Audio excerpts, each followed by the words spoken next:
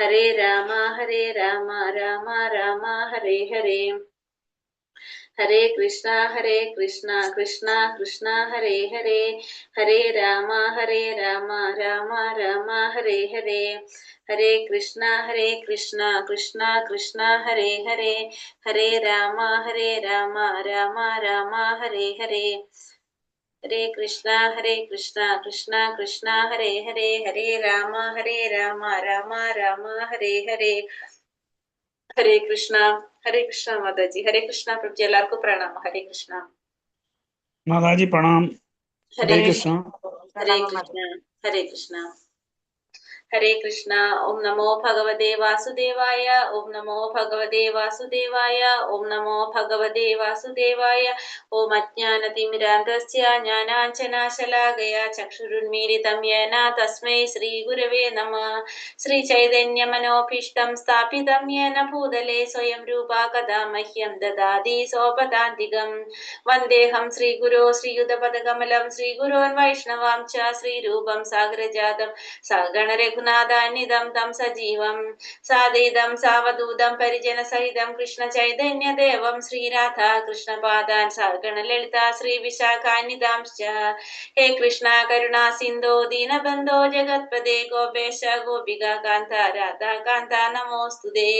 തപ്ത കാഞ്ചന ഗൗരാംഗി ശ്രീരാധേ വൃന്ദാവനേശ്വരി ഋഷഭാനുസുതേ ദേവി പ്രണമാമി ഹരിപ്രിയേ. വഞ്ചകൽപതരൂപേശ്ച കൃപാ സിന്ധോഭ്യവ ച പതിതാനാം പാവനേഭ്യോ വൈഷ്ണവേഭ്യോ നമോ നമഃ. നമോ വിഷ്ണുപാദായ കൃഷ്ണപ്രേഷ്ഠായ ഭൂതലേ ശ്രീമതേ ഭക്തിവേദാന്ത സ്വാമിൻ ഇതി നാമിനേ. നമസ്തേ സാരസ്വതേ ദേവേ ഗൗരവാണി പ്രചാരിണേ നിർവിശേഷ ശൂന്യവാദി പാശ്ചാത്യദേശധാരിണേ. ജയ ശ്രീ കൃഷ്ണ ചൈതന്യ പ്രഭു നിത്യാനന്ദ ശ്രീ അദ്വൈത ഗദാധര ശ്രീവാസാദി ഗൗരഭക്തവൃന്ദ. ഹരേ കൃഷ്ണ കൃഷ്ണ കൃഷ്ണ ഹരേ ഹരേ. ഹരേ രാമ രാമ രാമ ഹരേ ഹരേ. ഹരേ കൃഷ്ണ. ശ്രീ ശ്രീ രാധാ ഗോവിന്ദ് ടെമ്പിൾ ഇസ്കോൺ മാംഗ്ലൂരിന്റെ 18 ദിവസത്തെ ഭഗവത്ഗീത ക്ലാസ്സിലേക്ക് എല്ലാവർക്കും സ്വാഗതം. ഇന്ന് അധ്യായം 18 സന്യാസത്തിന്റെ പരിപൂർണത. ഇന്നത്തെ അധ്യായത്തിന്റെ പേരാണ് സന്യാസത്തിന്റെ പരിപൂർണത. ഇപ്പൊ ലാസ്റ്റത്തെ അധ്യായമാണ് 18ാമത്തെ അധ്യായം. രണ്ടാമത്തെ അധ്യായം പോലെ തന്നെ ഇതും എങ്ങനെയാണ്, ഈ ഉപദേശങ്ങളുടെ ഒരു സംക്ഷേപ രൂപമാണ് ഇതിലും പറഞ്ഞിരിക്കുന്നത്. ത്യാഗവും ത്രിഗുണാതീതമായ ആധ്യാത്മിക അവസ്ഥകളെ കുറിച്ചുള്ള ജീവിതത്തിന്റെ ഉദ്ദേശവുമാണ് നമ്മൾ എന്ത് പറഞ്ഞത് ഈ ഭഗവത്ഗീതയിൽ ചൂണ്ടിക്കാണിക്കുന്നത്. അപ്പൊ ഈ അധ്യായത്തിലും എല്ലാ യോഗങ്ങളെ കുറിച്ചും എല്ലാം രണ്ടാമത് പറഞ്ഞിരിക്കുകയാണ്. ശരിക്കും 17ാമത്തെ അധ്യായത്തോടുകൂടി ഭഗവത്ഗീത അവസാനിക്കുകയാണ്. 18ാമത്തെ അധ്യായത്തില് എല്ലാത്തിന്റെയും കൂടി ഒരു സംക്ഷിപ്ത രൂപം തന്നെയാണ് പറഞ്ഞിരിക്കുന്നത് പറയണപ്പം നോക്കാം നമുക്ക്. 18ാമത്തെ അധ്യായം. ഹരേ കൃഷ്ണ. സന്യാസത്തിന്റെ പരിപൂർണത. ഓം നമോ ഭഗവതേ വാസുദേവായ. അർജുനൻ ചോദിക്കാണ് വീണ്ടും. നമുക്ക് നോക്കാം. അർജുന ഉവാച സന്യാസസ്യ മഹാബാഹോ തത്വമിച്ഛാമി വേദിതും ത്യാഗസ്യ ച ഋഷികേശ പൃഥക് കേശിനിഷൂദന. അർജുനൻ എന്താ ചോദിക്കുന്നത്? അർജുനൻ പറഞ്ഞു, മഹാബാഹുവായ കൃഷ്ണ, കേശിയെ ഹനിച്ചവനും ഇന്ദ്രിയങ്ങളുടെ നാഥനുമായ ഭഗവാനെ, ത്യാഗത്തിന്റെയും സന്യാസത്തിന്റെയും ഉദ്ദേശം എന്തെന്നറിയാൻ ആഗ്രഹമുണ്ട്. അർജുനൻ എന്താ ചോദിക്കുന്നത്? മഹാബാഹുവായ അർജുന, കേശിയെ ഹനിച്ചവനും ഇന്ദ്രിയങ്ങളുടെ നാഥനുമായ ഭഗവാനെ. ഭഗവാൻ എങ്ങനെയാ വിളിക്കുന്നത്? ഇന്ദ്രിയങ്ങളുടെ നാഥൻ, അതായത് ഋഷികേശ എന്നാ വിളിക്കുന്നത്. പിന്നെ കേശിനിഷൂദന, കേശി എന്ന അസുരനെ ഹനിച്ചതിനോണ്ട് ഭഗവാന്റെ ഒരു പേരാണ് അല്ലെ കേശവൻ എന്ന് പറയും. കേശി നിഷൂദന എന്ന് പറയുന്നത്. ത്യാഗത്തിന്റെയും സന്യാസത്തിന്റെയും ഉദ്ദേശം എന്തെന്നറിയാനായിട്ട് ആർക്ക് ആഗ്രഹം ഉണ്ടെന്നാ പറയണത്? അർജുനന് ആഗ്രഹമുണ്ട്. അപ്പൊ അർജുനൻ ആഗ്രഹിക്കുകയാണ് ത്യാഗം, സന്യാസം, ഇതിനെ കുറിച്ച് അറിയാനായിട്ട് അദ്ദേഹം ആഗ്രഹിക്കുകയാണ്. അർജുനൻ ആഗ്രഹിക്കുകയാണ്. ഈ രണ്ട് കാര്യങ്ങളുടെ അർത്ഥം എന്താണെന്നാണ് ആര് ചോദിക്കുന്നത്? ഇവിടെ അർജുനൻ ചോദിക്കുന്നത്. അപ്പൊ ഈ ഭഗവാൻ എങ്ങനെയാ സംബോധന ചെയ്തിരിക്കുന്നത്? ഋഷികേശ എന്നാണ് പറയുന്നത് അല്ലെ. ഋഷികേശൻ എന്ന് പറഞ്ഞാൽ നമുക്കറിയാം, ഋഷികേശൻ എന്ന് വെച്ചിട്ടുണ്ടെങ്കിൽ ഇന്ദ്രിയങ്ങളുടെ നാഥനാണ്. ഇന്ദ്രിയങ്ങളുടെ നാഥനാണ് ആര്? ഭഗവാൻ, ഋഷികേശൻ. അതേപോലെ തന്നെ കേശി നിഷൂദന എന്നാ പറയുന്നത്. കേശി നിഷൂദൻ എന്ന് പറഞ്ഞാല് കേശി എന്ന അസുരനെ ഹനിച്ചവനായതുകൊണ്ട് ഭഗവാൻ എന്തെന്ന് പറയാണ്? കേശി നിഷൂദന എന്നും കൂടി പറയുന്നുണ്ട്. അപ്പൊ ഇന്ദ്രിയങ്ങളുടെ നാഥനും കേശി നിഷൂദനുമായ ഭഗവാനോട് ചോദിക്കാണ്, സന്യാസത്തിന്റെയും ത്യാഗത്തിന്റെയും ഉദ്ദേശം എന്തെന്നറിയാനായിട്ട് ആർക്ക് ആഗ്രഹമുണ്ടെന്ന്? അർജുനന് ആഗ്രഹമുണ്ട് എന്ന് പറയാണ്.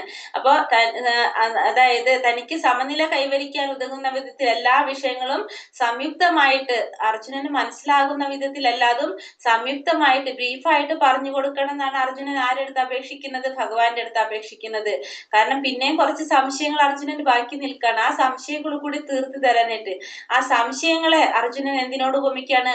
അർജുനന്റെ ആ സംശയങ്ങളെ അസുരനോട് ഉപമിക്കാണ്. അസുരൻ അപ്പോ കേശി നിഷുധന എന്ന് പറയുന്ന വെച്ചിട്ടുണ്ടെങ്കിൽ ഭഗവാൻ കൃഷ്ണൻ അതായത് കേശി എന്ന അസുരനെ വധിച്ച പോലെ അതേപോലെ തന്നെ ഭഗവാന്റെ കൈകൊണ്ട് ഈ ഭീകരമായിട്ടുള്ള അസുരനായിട്ടുള്ള ആരെയാണ് ഈ അസുരൻ എന്ന് ഉദ്ദേശിക്കുന്നത്?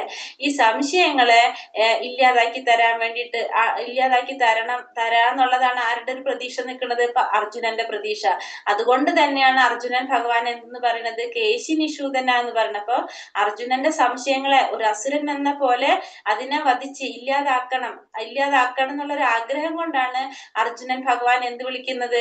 കേശി നിഷൂദന, കേശിയെ ഹനിച്ചവനുമായിട്ടുള്ള പിന്നെ ഇന്ദ്രിയങ്ങളുടെ നാഥനുമായിട്ടുള്ള ഋഷികേശ എന്ന് രണ്ട് രീതിയിൽ സംബോധന ചെയ്തിരിക്കുന്നത് അർജുനന്റെ മനസ്സിൽ ആ സംശയങ്ങളെ ഇല്ലാതാക്കാൻ വേണ്ടിയിട്ടാണ്. അപ്പൊ അതുകൊണ്ട് രണ്ട് ചോദ്യം ഇവിടെ ചോദിക്കുന്നത് എന്താണ്? ത്യാഗത്തിന്റെയും സന്യാസത്തിന്റെയും ഉദ്ദേശം എന്തെന്നറിയാനായിട്ട് ആർക്ക് ആഗ്രഹമുണ്ട്? അർജുനന് ആഗ്രഹമുണ്ട്. അപ്പൊ അതാണ് ചോദിക്കുന്നത്. അപ്പൊ ഭഗവാൻ പറയാണ്, ശ്രീ ഭഗവാനുവാച കാമ്യാനാം കർമ്മണാം ന്യാസം സന്യാസം കവയോ വിദുഹു സർവകർമ്മ ഫലത്യാഗം പ്രാഹുസ്ത്യാഗം വിചക്ഷണഃ. ശ്രീ ഭഗവാൻ പറഞ്ഞു, ഭൗതിക വാഞ്ചകൾക്ക് വേണ്ടിയുള്ള കർമ്മങ്ങളെ ഉപേക്ഷിക്കുന്നതാണ് സന്യാസമെന്ന് വിദ്വാൻമാർ പറയുന്നു. സർവകർമ്മങ്ങളുടെയും ഫലങ്ങളെ ഉപേക്ഷിക്കണം എന്നതിനെയാണ് ബുദ്ധിമാന്മാർ ത്യാഗം എന്ന് വിളിക്കുന്നത്. അപ്പൊ രണ്ട് തരത്തിൽ പറയാനുള്ള, ഒന്ന് ഭൗതികമായിട്ടുള്ള വാഞ്ചകളെ ഭൗതികമായിട്ടുള്ള ആഗ്രഹങ്ങൾക്ക് വേണ്ടിയുള്ള കർമ്മങ്ങളെ ഉപേക്ഷിക്കുന്നതാണ് എന്ത്? സന്യാസം എന്നാണ് വിദ്വാൻമാർ പറയുന്നത്. അപ്പൊ ഭൗതികമായിട്ടുള്ള ആഗ്രഹങ്ങൾക്ക് വേണ്ടിയുള്ള കർമ്മങ്ങള് ഉപേക്ഷിക്കാനാണ് സന്യാസം എന്ന് വിദ്വാൻമാർ പറയുന്നു.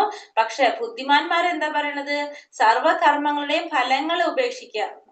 കർമ്മങ്ങൾ ത്യജിക്കല്ല വേണ്ടത്, കർമ്മങ്ങളുടെ ഫലങ്ങളാണ് ത്യജിക്കേണ്ടതെന്നാണ് ബുദ്ധിമാന്മാർ പറയുന്നത്. ഇപ്പൊ നമുക്ക് ഇത്ര വരെ പഠിച്ചുകൊണ്ട് നമുക്ക് മനസ്സിലായി നമ്മൾ എന്താ ചെയ്യേണ്ടത്? നമ്മൾ കർമ്മങ്ങൾ ഉപേക്ഷിക്കല്ല വേണ്ടത്, കർമ്മ ഫലങ്ങളെ ത്യജിക്കാണ് വേണ്ടത്. നമുക്ക് മനസ്സിലായില്ല. അപ്പൊ ഭൗതിക വാഞ്ചയോട് കൂടിയുള്ള കർമ്മങ്ങളെ ഉപേക്ഷിക്കുന്നതാണ് സന്യാസം എന്നാണ് വിദ്വാൻമാർ പറയുന്നത്. പക്ഷെ എന്താ ചെയ്യണമെന്ന് പറയുന്നത്? ബുദ്ധിമാന്മാര് പറയുന്നത് സർവകർമ്മങ്ങളുടെയും ഫലങ്ങളെ ഉപേക്ഷിക്കുന്നതിനെയാണ് ബുദ്ധിമാന്മാർ എന്ത് പറയുന്നത്? ത്യാഗം എന്ന് പറയുന്നത്. ഫല ഉദ്ദേശത്തോടെ ഫലങ്ങൾ ഉദ്ദേശിച്ചുകൊണ്ട് ചെയ്യുന്ന കർമ്മങ്ങൾ ഉപേക്ഷിക്കണം. എന്നാൽ ആത്മീയ ഉത്കൃഷ്ടത്തിന് ഒതുങ്ങുന്ന കർമ്മങ്ങളൊന്നും ത്യജിക്കാനായിട്ട് പാടില്ല. വൈദിക സാഹിത്യങ്ങളിൽ എന്താ പറഞ്ഞ ഓരോ കാര്യസിദ്ധിക്ക് വേണ്ടിയിട്ടുള്ള കുറെ യജ്ഞങ്ങളും കർമ്മങ്ങളൊക്കെ നടക്കുന്നുണ്ടല്ലേ. പക്ഷെ ശരിക്കും പറഞ്ഞെന്താണ്? ആ കർമ്മങ്ങൾ നമ്മൾ എന്തെങ്കിലും ഒരു കാര്യം നേടാൻ വേണ്ടിയിട്ട് നമ്മൾ ഈ ചെയ്യുന്ന കർമ്മങ്ങള് ഈ പറഞ്ഞ യജ്ഞങ്ങള് അതിനെ നമ്മൾ ഉപേക്ഷിക്കണം എന്നാ പറയുന്നത്. ഹൃദയശുദ്ധിക്കും ആധ്യാത്മിക ജ്ഞാനത്തിന്റെ വളർച്ചയ്ക്കും വേണ്ടുന്ന രീതിയിലായിരിക്കണം നമ്മൾ എന്ത് ചെയ്യേണ്ടത്? കർമ്മങ്ങൾ അനുഷ്ഠിക്കേണ്ടത്. അല്ലാത്ത കർമ്മങ്ങൾ കൊണ്ട് നമുക്ക് കാര്യമില്ല. കാരണം അത് ഉപേക്ഷിക്കണം എന്നാണ് ഇതിൽ പറയുന്നത്. അപ്പൊ നമ്മള് കർമ്മങ്ങൾ ത്യജിക്കല്ല, കർമ്മഫലങ്ങളെയാണ് നമ്മൾ ത്യജിക്കേണ്ടത്. എല്ലാ കാമ്യകർമ്മങ്ങളും ദോഷകരങ്ങളാകിയാൽ ത്യജിക്കണമെന്ന് ബുദ്ധിമാന്മാരായ ചിലർ പറയുന്നുണ്ട്. യജ്ഞം, തപസ്, ദാനം എന്നിവ ഒരിക്കലും ഉപേക്ഷിക്കാൻ പാടില്ലെന്ന് ചില ഋഷികൾ അഭിപ്രായപ്പെടുന്നു.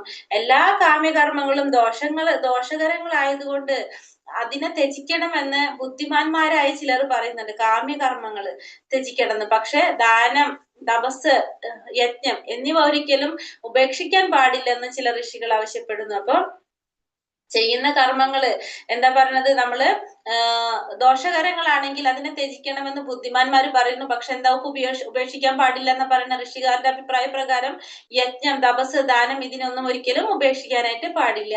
അടുത്തതിൽ പറയുകയാണെന്ന്, ഹേ ഭാരത ശ്രേഷ്ഠ, ത്യാഗത്തെ കുറിച്ച് എന്റെ വിധി നിർണയം കേൾക്കൂ. ത്യാഗത്തെ കുറിച്ച് എന്റെ വിധി നിർണയം എന്താന്ന് കേൾക്കൂ.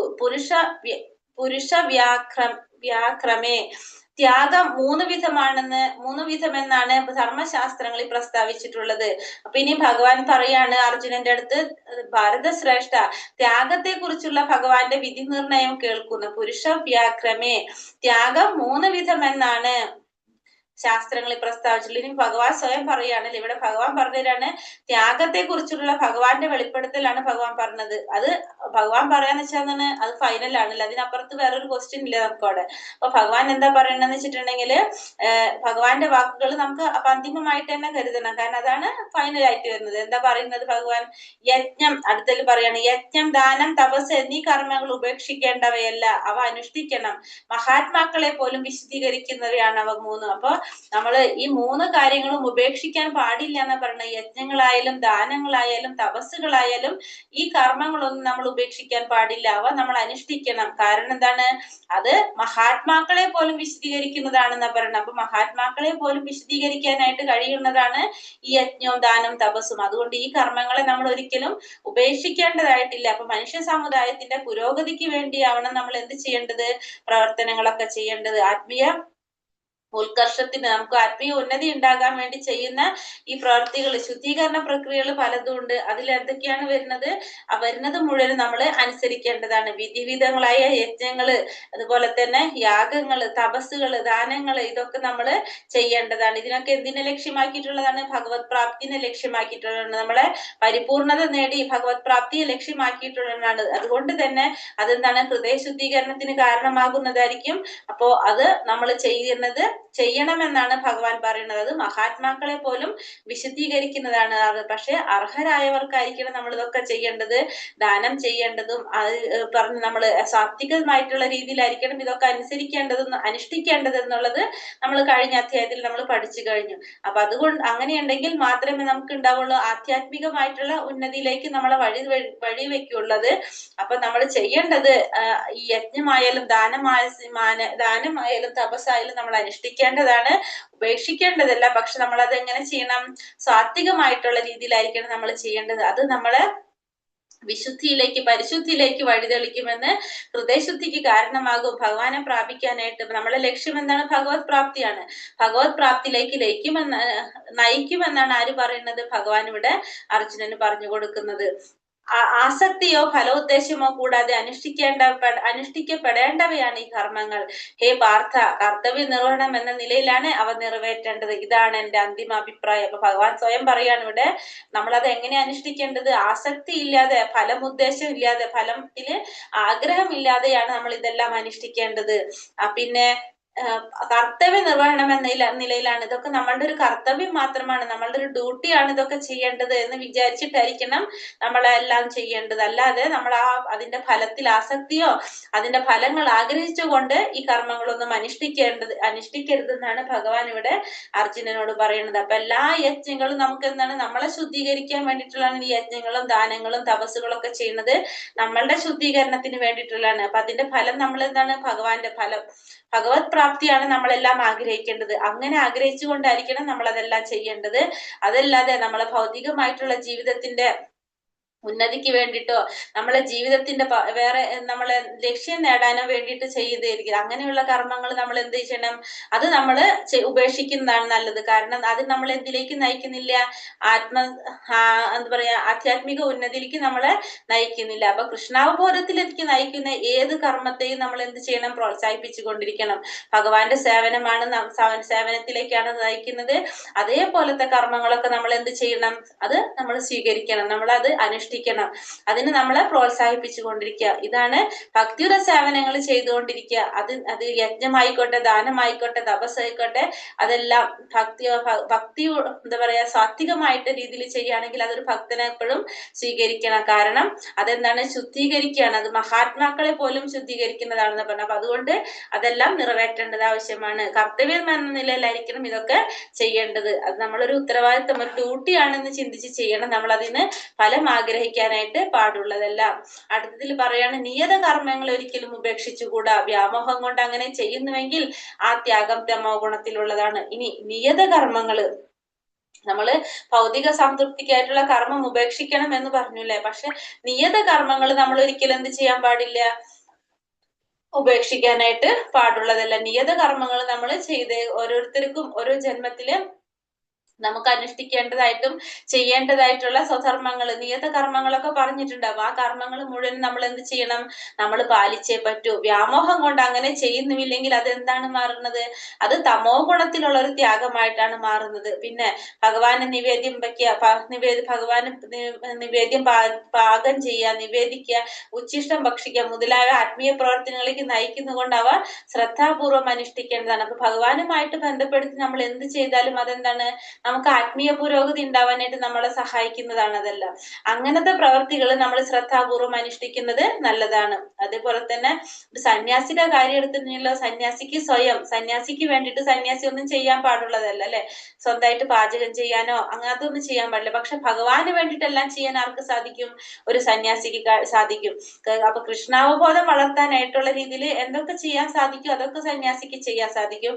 അല്ലാതെ സ്വന്തം ആഗ്രഹങ്ങള്, സ്വന്തം ഇന്ദ്രിയ സംതൃപ്തിക്ക് വേണ്ടിയിട്ടൊന്നും ചെയ്യാനായിട്ട് പാടുള്ളതല്ല. പിന്നെ ഒരു സന്യാസിക്ക് വേണം കഴിഞ്ഞാല് ഒരു ശിഷ്യന്റെ വിവാഹം നടത്തി കൊടുക്കാൻ, അയാളുടെ വിവാഹം നടത്തി കൊടുക്കാനൊക്കെ സാധിക്കും. അങ്ങനത്തെ ആ പ്രവൃത്തി ചെയ്യാതിരുന്നു കഴിഞ്ഞാല്, അതായത് തന്റെ ഒരു ഉത്തരവാദിത്തം അതല്ലെങ്കിൽ തന്റെ ഒരു കടമ പോലത്തെ ഒരു സംഭവമാണെങ്കിൽ അത് ചെയ്യാതിരുന്നു കഴിഞ്ഞാൽ അതെന്താണ് പറയുന്നത്? അത് തമോ ഗുണ പ്രേരിതമാകുന്ന പറയുന്നത്. അപ്പൊ നമുക്ക് പറഞ്ഞിട്ടുള്ള ഓരോ കർത്തവ്യങ്ങള്, നിയത കർമ്മങ്ങള് അത് നമ്മൾ അനുസരിക്കേണ്ടത് അത്യാവശ്യമാണ്. അതല്ലെങ്കിൽ അതെന്താണ്? ആ ത്യാഗം തമോ ഗുണത്തിലേക്കാണ് പോകുന്നത് എന്നാണ് പറയുന്നത്.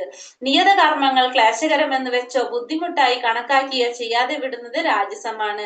അത്തരം പ്രവൃത്തി ഒരിക്കലും ത്യാഗത്തിന്റെ ഉന്നതിയിലേക്ക് നയിക്കുന്നില്ല. ഇനിയോ നിയത കർമ്മങ്ങൾ ചെയ്യാനായിട്ട് വളരെ ബുദ്ധിമുട്ടുള്ള കർമ്മങ്ങളാണെന്ന് വിചാരിച്ചുകൊണ്ടോ അല്ലെങ്കിൽ അത് വളരെ ക്ലേശകരമാണെന്ന് ചിന്തിച്ചുകൊണ്ടോ ചെയ്യാതിരിക്കുന്നത് എന്താണ്? അത് രാജസികമായിട്ടുള്ള ത്യാഗമാണ്. അത്തരം പ്രവർത്തികൾ ഒരിക്കലും ത്യാഗത്തിന്റെ ഉന്നതിയിലേക്ക് നയിക്കുന്നില്ല എന്ന് പറയുന്നത്. ഒരാള് ഇപ്പൊ എന്താണ് പറയുക, ഫലോദിഷ്ടമായിട്ടുള്ള കർമ്മമാണെന്ന് കരുതിക്കൊണ്ട് നമ്മൾ പറഞ്ഞു കൂടുതൽ പൈസ, എന്താ പറയാ, പൈസ ശേഖരിക്കുക അങ്ങനെയൊക്കെ ചെയ്യുന്നത് നമ്മൾ പറയുന്നു. എന്ത് പറയുന്നു? രാജസികമായിട്ടുള്ളതാന്ന് പറഞ്ഞു. ആവശ്യത്തിൽ കൂടുതൽ പൈസ സമ്പാദിക്കാൻ പാടില്ല എന്നൊക്കെ പറഞ്ഞിട്ടുണ്ട്. പക്ഷെ കൃഷ്ണാവബോധ നിഷ്ഠനായിട്ടുള്ള ഒരാള് അപ്പൊ ഫലോദിഷ്ടമായ കർമ്മമാണെന്ന് കരുതിയിട്ട് നമ്മൾ ഫലം ആഗ്രഹിക്കാൻ പാടില്ല. പക്ഷെ നമ്മൾ ജോലി ചെയ്ത് നമുക്ക് പൈസ കിട്ടും അല്ലെ.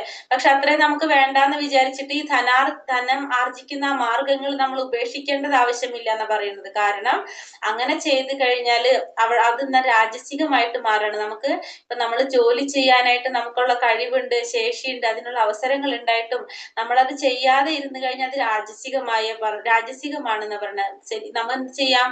ആ ജോലി ചെയ്തുകൊണ്ട് ആ പ്രവൃത്തി കൊണ്ട് നേടുന്ന ധനം നമുക്ക് എന്തിനു ഉപയോഗിക്കാം? കൃഷ്ണാവബോധ പ്രവർത്തനങ്ങൾക്ക്, കൃഷ്ണാവബോധം പ്രചരിപ്പിക്കുന്നതിനോ അതിന് വേണ്ട കാര്യങ്ങൾ ചെയ്യാനായിട്ട് നമുക്ക് ഉപയോഗിക്കാനായിട്ട് സാധിക്കും. അല്ലാത്തത് നമുക്ക് രാജസികമാണെന്ന് നമുക്ക് പറയാനായിട്ട് സാധിക്കും. ഒരിക്കലും അത്തരം പ്രവൃത്തി ഒരിക്കലും എന്ത് വരുന്നില്ല? ത്യാഗത്തിന്റെ ഉന്നതിയിലേക്ക് നയിക്കുന്നില്ല. അതേപോലെ തന്നെ ക്ലേശകരമാണെന്നോ അല്ലെങ്കിൽ ബുദ്ധിമുട്ടാണെന്നോ ചിന്തിച്ചുകൊണ്ട് നമ്മൾ അതിൽ നിന്ന് മാറിക്കഴിഞ്ഞാലോ അതും ആ ത്യാഗവും രാജസികമായിട്ടുള്ളതാണ്. അപ്പൊ രജോഗുണത്തില് എന്ന് പറയുന്നത് രാജസികമായിട്ടുള്ള ത്യാഗത്തെ കുറിച്ച് പറയാണ്. പിന്നെ ഹേ അർജുന, ഭൗതിക സംഗ്രഹിതനായും ഫലം ഉദ്ദേശിക്കാതെയും തന്റെ കർത്തവ്യമാണെന്ന് മാത്രം കരുതിക്കൊണ്ട് വിധിക്കപ്പെട്ട കർമ്മം ചെയ്യുന്നവന്റെ ത്യാഗം സാത്വികമാണ്. പിന്നെ സാത്വികമായിട്ടുള്ളത് എങ്ങനെയാ പറയുന്നത്? ഭൗതികമായിട്ടുള്ള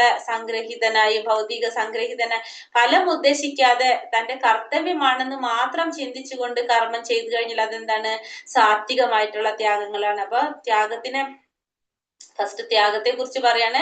സാത്വികമായിട്ടുള്ളത് പറഞ്ഞു, രാജസികമായിട്ടുള്ളത് പറഞ്ഞു, താമസികമായിട്ടുള്ളത് പറഞ്ഞു അല്ലെ. നമ്മള് തമോ ഗുണത്തിലുള്ള ത്യാഗങ്ങൾ പറഞ്ഞു. അപ്പൊ തന്റെ മനോഭാവം എപ്പോഴും എങ്ങനെയായിരിക്കണം? സാത്വികത്തിലാവുമ്പോ ഇതിന്റെ ഫലമൊന്നും ആഗ്രഹിക്കുന്നില്ല, ആ കർമ്മം ചെയ്യേണ്ടത് തന്റെ കടമയാണെന്ന് ചിന്തിച്ചുകൊണ്ട് അങ്ങനെ മാത്രം ചെയ്യുന്നത്, അങ്ങനെ തന്റെ കടമ അല്ലെങ്കിൽ കർത്തവ്യമാണെന്ന് കരുതിക്കൊണ്ട് മാത്രം കർമ്മം ചെയ്യുന്ന അത്തരം ത്യാഗം എന്താണ്? സാത്വികമായിട്ടുള്ള കർമ്മമാണ് ചെയ്യുന്നത് എന്ന് പറയാം. അപ്പൊ കൃഷ്ണന് വേണ്ടി പ്രവർത്തിക്കുക, ഭഗവാന് വേണ്ടി പ്രവർത്തിക്കുക എന്നുള്ളതാണ് സാത്വികമായിട്ടുള്ളത് പറയുന്നത്. ഇപ്പൊ ഒരു ഫാക്ടറിയിൽ ഒരാൾ ജോലി ചെയ്യുമ്പോൾ മറ്റുള്ള തൊഴിലാളികളുമായിട്ടൊന്നും ബന്ധം പുലർത്തുന്നുണ്ടാവണില്ല എന്ന് വിചാരിക്കുക. അപ്പൊ അയാള് ആ ചെയ്യുന്ന പ്രവൃത്തികളുടെ ഫലം ഭഗവാൻ അർപ്പിക്കുകയാണെങ്കിൽ അയാൾ ചെയ്യുന്നത് എന്താണ്?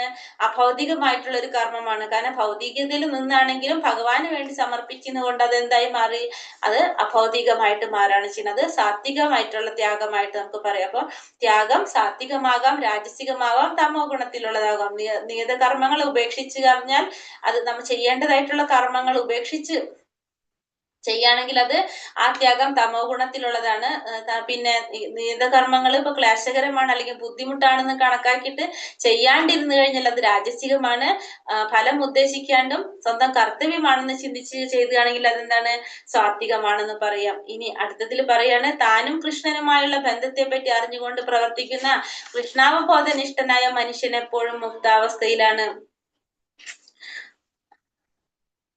തന്മൂലം അയാൾക്ക് മരണശേഷം സ്വകർമ്മ ഫലങ്ങളായ സുഖ ദുഃഖാനുഭവങ്ങൾ കിടവരുന്നില്ല. അപ്പൊ താനും കൃഷ്ണനുമായിട്ടുള്ള ബന്ധത്തെ പറ്റി അറിഞ്ഞുകൊണ്ട് പ്രവർത്തിക്കുന്ന, ഭഗവാനും താനും തമ്മിലുള്ള ബന്ധത്തെ പറ്റി അറിഞ്ഞുകൊണ്ട് പ്രവർത്തിക്കുന്ന വ്യക്തി കൃഷ്ണാവബോധനിഷ്ഠനായ മനുഷ്യൻ എപ്പോഴും എങ്ങനെയായിരിക്കും, മുക്താവസ്ഥയിലായിരിക്കും എന്ന് പറഞ്ഞു. അപ്പൊ ഇഷ്ടങ്ങള് അനിഷ്ടങ്ങള് മിശ്രം എന്നിവ 3 വിധത്തിലുള്ള കർമ്മങ്ങളെയും ത്യാഗികളല്ലാത്തവർക്ക് മരണാന്തരം അനുഭവിക്കേണ്ട സന്യാസികൾക്ക് അത്തരം അനുഭവങ്ങൾ ഉണ്ടാകുന്നില്ല. നമ്മളുടെ ഇഷ്ടങ്ങൾ ഉണ്ടാവും, ഇഷ്ടങ്ങള് പിന്നെ അനിഷ്ടങ്ങള് നമുക്ക് ഇപ്പൊ നമ്മളെ സ്വർഗത്തിലേക്ക് നയിക്കുക, നരകത്തിലേക്ക് നയിക്കുക, രണ്ടും ചേർന്ന പ്രവർത്തികള്, ഇങ്ങനെ 3 നമ്മൾ ചെയ്യുന്ന കർമ്മങ്ങൾ അനുസരിച്ച് പല രീതിയിലും സംഭവിക്കും അല്ലെ.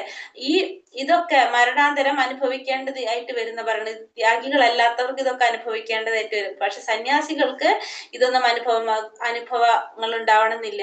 അപ്പൊ ഭഗവാനും താനുമായിട്ടുള്ള ബന്ധം അറിഞ്ഞുകൊണ്ട് പ്രവർത്തിക്കുന്ന കൃഷ്ണാവബോധനിഷ്ഠനായ മനുഷ്യൻ എപ്പോഴും എങ്ങനെയായിരിക്കും, മുക്താവസ്ഥയിലായിരിക്കും. കാരണം ഭഗവാനും താനും തമ്മിലുള്ള ബന്ധം മനസ്സിലാക്കിയതുകൊണ്ട് ചെയ്യുന്ന പ്രവർത്തികൾ മുഴുവൻ അയാൾ ആർക്ക് വേണ്ടി സമർപ്പിച്ചായിരിക്കും ചെയ്യുന്നത്, ഭഗവാന് വേണ്ടി സമർപ്പിച്ചിട്ടായിരിക്കും അദ്ദേഹം ചെയ്തുകൊണ്ടിരിക്കുന്നത്. അപ്പൊ അങ്ങനെയുള്ള വ്യക്തിക്ക് ഒരിക്കലും അതിന്റെ ഫലങ്ങള് അനുഭവിക്കേണ്ടതായിട്ടോ അതിന്റെ ഫലങ്ങള് ഗുണമായാലും ദോഷമായാലും അത് അനുഭവിക്കേണ്ടതായിട്ട് വരുന്നില്ല. തന്മൂലം അയാൾക്ക് മരണശേഷം സ്വകർമ്മ ഫലങ്ങളായ സുഖ ദുഃഖാനുഭവങ്ങൾക്ക് ഇടവരില്ല. കാരണം ചെയ്യുന്ന കർമ്മത്തിന്റെ ഫലം സുഖമായാലും ദുഃഖമായാലും അങ്ങനെയുള്ള വ്യക്തികൾക്ക് അനുഭവിക്കേണ്ടതായിട്ട് വരുന്നില്ല എന്ന് പറയാണ്. അടുത്തത്, അനാസക്തമായും രാഗദ്വേഷരഹിതമായും ഫലാസക്തി കൂടാതെയും നിയന്ത്രിതമായ വിധത്തിൽ ചെയ്യുന്ന കർമ്മം സാത്വികമാണെന്ന് പറയാ. ഇനി കർമ്മത്തെ കുറിച്ച് പറയാണ് അല്ലെ. അനാസക്തമായിട്ട് ആസക്തിയില്ലാതെ രാഗദ്വേഷവിധമായിട്ട് നമുക്ക് രാഗദ്വേഷങ്ങൾ നോക്കാതെ, നമ്മൾ അതിന്റെ എന്താ പറയാ ഗുണദോഷം അതൊക്കെ നോക്കില്ല, നമ്മ അങ്ങനെ നോക്കാതെ ഫലാസക്തി കൂടാതെ, ഫലത്തിലുള്ള ആസക്തി കൂടാതെ നിയന്ത്രിതമായ വിധത്തിൽ ചെയ്യുന്ന കർമ്മങ്ങള് സാത്വികമായിട്ടുള്ള കർമ്മമാണ്. അപ്പൊ സാത്വികമായിട്ടുള്ള കർമ്മം എന്ന് വെച്ചിട്ടുണ്ടെങ്കിൽ എന്താണ് പറഞ്ഞത്, ഓരോ ധർമ്മത്തില് എന്താ പറയാ അനുശാസിക്കുന്ന വിധത്തിൽ ഓരോ ആശ്രമത്തിൽ പെട്ടവർക്കും എന്താണ്, നമുക്ക് കർമ്മങ്ങൾ ചെയ്യേണ്ടതുണ്ട് അല്ലെ. ആ കർമ്മങ്ങള് നമ്മൾ അനുഷ്ഠിക്കുക, അതായത് നമ്മൾ ആസക്തി ഇല്ലാതെ നമ്മളുടെ കർത്തവ്യമാണെന്ന് മാത്രം ചിന്തിച്ചുകൊണ്ട് അതിന്റെ രാഗദ്വേഷങ്ങളൊന്നും ചിന്തിക്കാതെ ഭഗവാന്റെ പ്രീതിക്ക് വേണ്ടി മാത്രം കൃഷ്ണാവബോധത്തോടെ അനുഷ്ഠിച്ചു കഴിഞ്ഞാല് അങ്ങനെയുള്ള കർമ്മങ്ങൾ എന്താണ്, സാത്വികമായിട്ടുള്ള കർമ്മങ്ങളാണ്. അപ്പൊ നമുക്കതിൽ നിന്ന് നമ്മൾ അതിൽ നിന്ന് ഫലങ്ങളൊന്നും ആഗ്രഹിക്കുന്നില്ല. നിയന്ത്രിതമായ വിധത്തിൽ നമ്മൾ ചെയ്യുകയാണെങ്കിൽ ആസക്തി ഇല്ലാതെ രാഗദ്വേഷരഹിതമായിട്ട് അതിന്റെ ഫലങ്ങളോ ദോഷങ്ങളോ ഒന്നും ചിന്തിക്കാതെ ആസക്തി ഇല്ലാതെ ഭഗവാന്റെ പ്രീതിക്ക് വേണ്ടിയിട്ട് നമ്മൾ ചെയ്യുന്ന കർമ്മങ്ങളാണെങ്കിൽ അത് സാത്വികമായിട്ടുള്ളതാണ്. അടുത്തതിൽ എന്താ പറയുക, തന്റെ ആഗ്രഹം നിറവേറ്റാനായോ മിഥ്യാഹം ഭാവം കൊണ്ടോ ഏറെ പ്രയാസപ്പെട്ട് ചെയ്യുന്ന കർമ്മം രാജസികം. രാജസികമായിട്ടുള്ള കർമ്മം എന്ന് പറഞ്ഞാല് ആഗ്രഹം നിറവേറ്റാൻ വേണ്ടിയിട്ട് മിഥ്യാഹം ഭാവം കൊണ്ടൊക്കെ നമ്മളുടെ മിഥ്യാ അഹംഭാവം കൊണ്ടും ആഗ്രഹം നിറവേറ്റാനായിട്ടും വളരെ പ്രയാസപ്പെട്ടൊക്കെ നമ്മൾ കർമ്മം ചെയ്യുകയാണെങ്കിൽ നമുക്ക് അതിനെന്ത് പറയാം, രാജസികമായിട്ടുള്ള കർമ്മം എന്ന് പറയാം. ആഗ്രഹങ്ങൾ നിറവേറ്റിക്കൊണ്ടിരിക്കാനായിട്ട് നമ്മൾ പ്രവൃത്തി ചെയ്യുകയാണെങ്കിൽ, നമ്മളെ സന്തോഷിപ്പിക്കാൻ വേണ്ടിയിട്ട് നമ്മൾ ചെയ്യുകയാണെങ്കിൽ അത് രാജസികമായിട്ടുള്ള കർമ്മമാണ്. ഇനി താമസികമായിട്ടുള്ള കർമ്മങ്ങളോ, തുടർന്നുണ്ടാവുന്ന കേട്ടുപാടുകളെയോ അന്യർക്കുണ്ടാവുന്ന നാശങ്ങളെയോ ക്ലേശങ്ങളെയോ അവഗണിച്ച് ശാസ്ത്ര നിർദ്ദേശങ്ങൾക്കെതിരായും വ്യാമോഹം മൂലവും ചെയ്തു പോകുന്ന കർമ്മങ്ങൾ താമസിക. അപ്പൊ തുടർന്ന് ഉണ്ടാകുന്ന കെട്ടുപാടുകള്, അന്യർക്കുണ്ടാകുന്ന ദോഷങ്ങള്, അതൊന്നും നാശങ്ങൾ അതൊന്നും പരിഗണിക്കാതെ സ്വന്തം സുഖത്തിനും സ്വന്തം ഇഷ്ടത്തിനും എന്താ പറയാ ഊന്നൽ നൽകിക്കൊണ്ട് ശാസ്ത്ര നിർദ്ദേശങ്ങൾക്കെതിരായിട്ട് വ്യാമോഹം മൂലം ചെയ്യുന്ന കർമ്മങ്ങൾ എന്താണ്, താമസികമായിട്ടുള്ള കർമ്മങ്ങളാണ്. അപ്പൊ ചുമതലാബോധമൊന്നും ഇല്ലാതെ സ്വന്തമായിട്ടുള്ള ആഗ്രഹങ്ങൾ നടക്കാൻ വേണ്ടിയിട്ട് മറ്റുള്ളവർക്ക് ബുദ്ധിമുട്ടുണ്ടായാലോ നാശങ്ങൾ ഉണ്ടായാലോ ക്ലേശങ്ങൾ ഉണ്ടായാലോ അതൊന്നും പ്രോബ്ലം ഇല്ല എന്നുള്ള രീതിയിൽ അതിനൊക്കെ അവഗണിച്ചുകൊണ്ട് അന്യർക്കുണ്ടാകുന്ന എല്ലാത്തരം ദോഷങ്ങളെയും അവഗണിച്ചുകൊണ്ട് ഈ പറഞ്ഞ പോലെ ക്ലേശങ്ങളൊക്കെ നോക്കാതെ സ്വന്തം സ്വന്തം ഗുണങ്ങള്, സ്വന്തം കർത്തവ്യം, സ്വന്തമായിട്ടുള്ള ആഗ്രഹങ്ങള് നടത്താൻ വേണ്ടിയിട്ട് ചെയ്യുന്ന കർമ്മങ്ങളെ നമുക്ക് എന്ത് പറയാം? താമസികമായിട്ടുള്ളത് പറയാം. അതായത് സ്വന്തം ആഗ്രഹങ്ങൾക്ക് ആണ് പറയുന്നത്. അത്തരം കർമ്മങ്ങള് ചുമതലാബോധമില്ലാതെ ഇങ്ങനെയൊക്കെ ചെയ്തു കഴിഞ്ഞാൽ അതിനെ താമസികമായിട്ടുള്ള പറയാം. അപ്പൊ 3 തരത്തില് കർമ്മത്തെ കുറിച്ച് പറഞ്ഞു. സാത്വികമായിട്ടുള്ളത്, രാജസികമായിട്ടുള്ളത്, താമസികമായിട്ടുള്ളത്. ഫലാസക്തി കൂടാതെ ചെയ്തു കഴിഞ്ഞാല് സാത്വികമാണ്. ഫലം ആഗ്രഹിച്ചുകൊണ്ട് തന്റെ ആഗ്രഹങ്ങൾക്ക് വേണ്ടിയിട്ട് ചെയ്യുകയാണെങ്കിൽ അത് രാജസികമാണ്. മറ്റുള്ളവരുടെ ക്ലേശങ്ങളും ബുദ്ധിമുട്ടുകളൊന്നും ശ്രദ്ധിക്കാതെ ശാസ്ത്രത്തിന് അവഗണിച്ചുകൊണ്ട് ചെയ്തു കഴിഞ്ഞാൽ എന്താണ്? താമസികമായിട്ടുള്ള കർമ്മമാണ്. അപ്പൊ 3 തരത്തിലുള്ള കർമ്മത്തിനെ കുറിച്ച് നമ്മൾ പഠിച്ചു. ഇനി ബുദ്ധി. കുന്തിപുത്ര, ചെയ്യേണ്ടതും ചെയ്തു കൂടാത്തതും എന്ത്? ഭയപ്പെടേണ്ടതും പെടേണ്ടാത്തതും എന്ത്?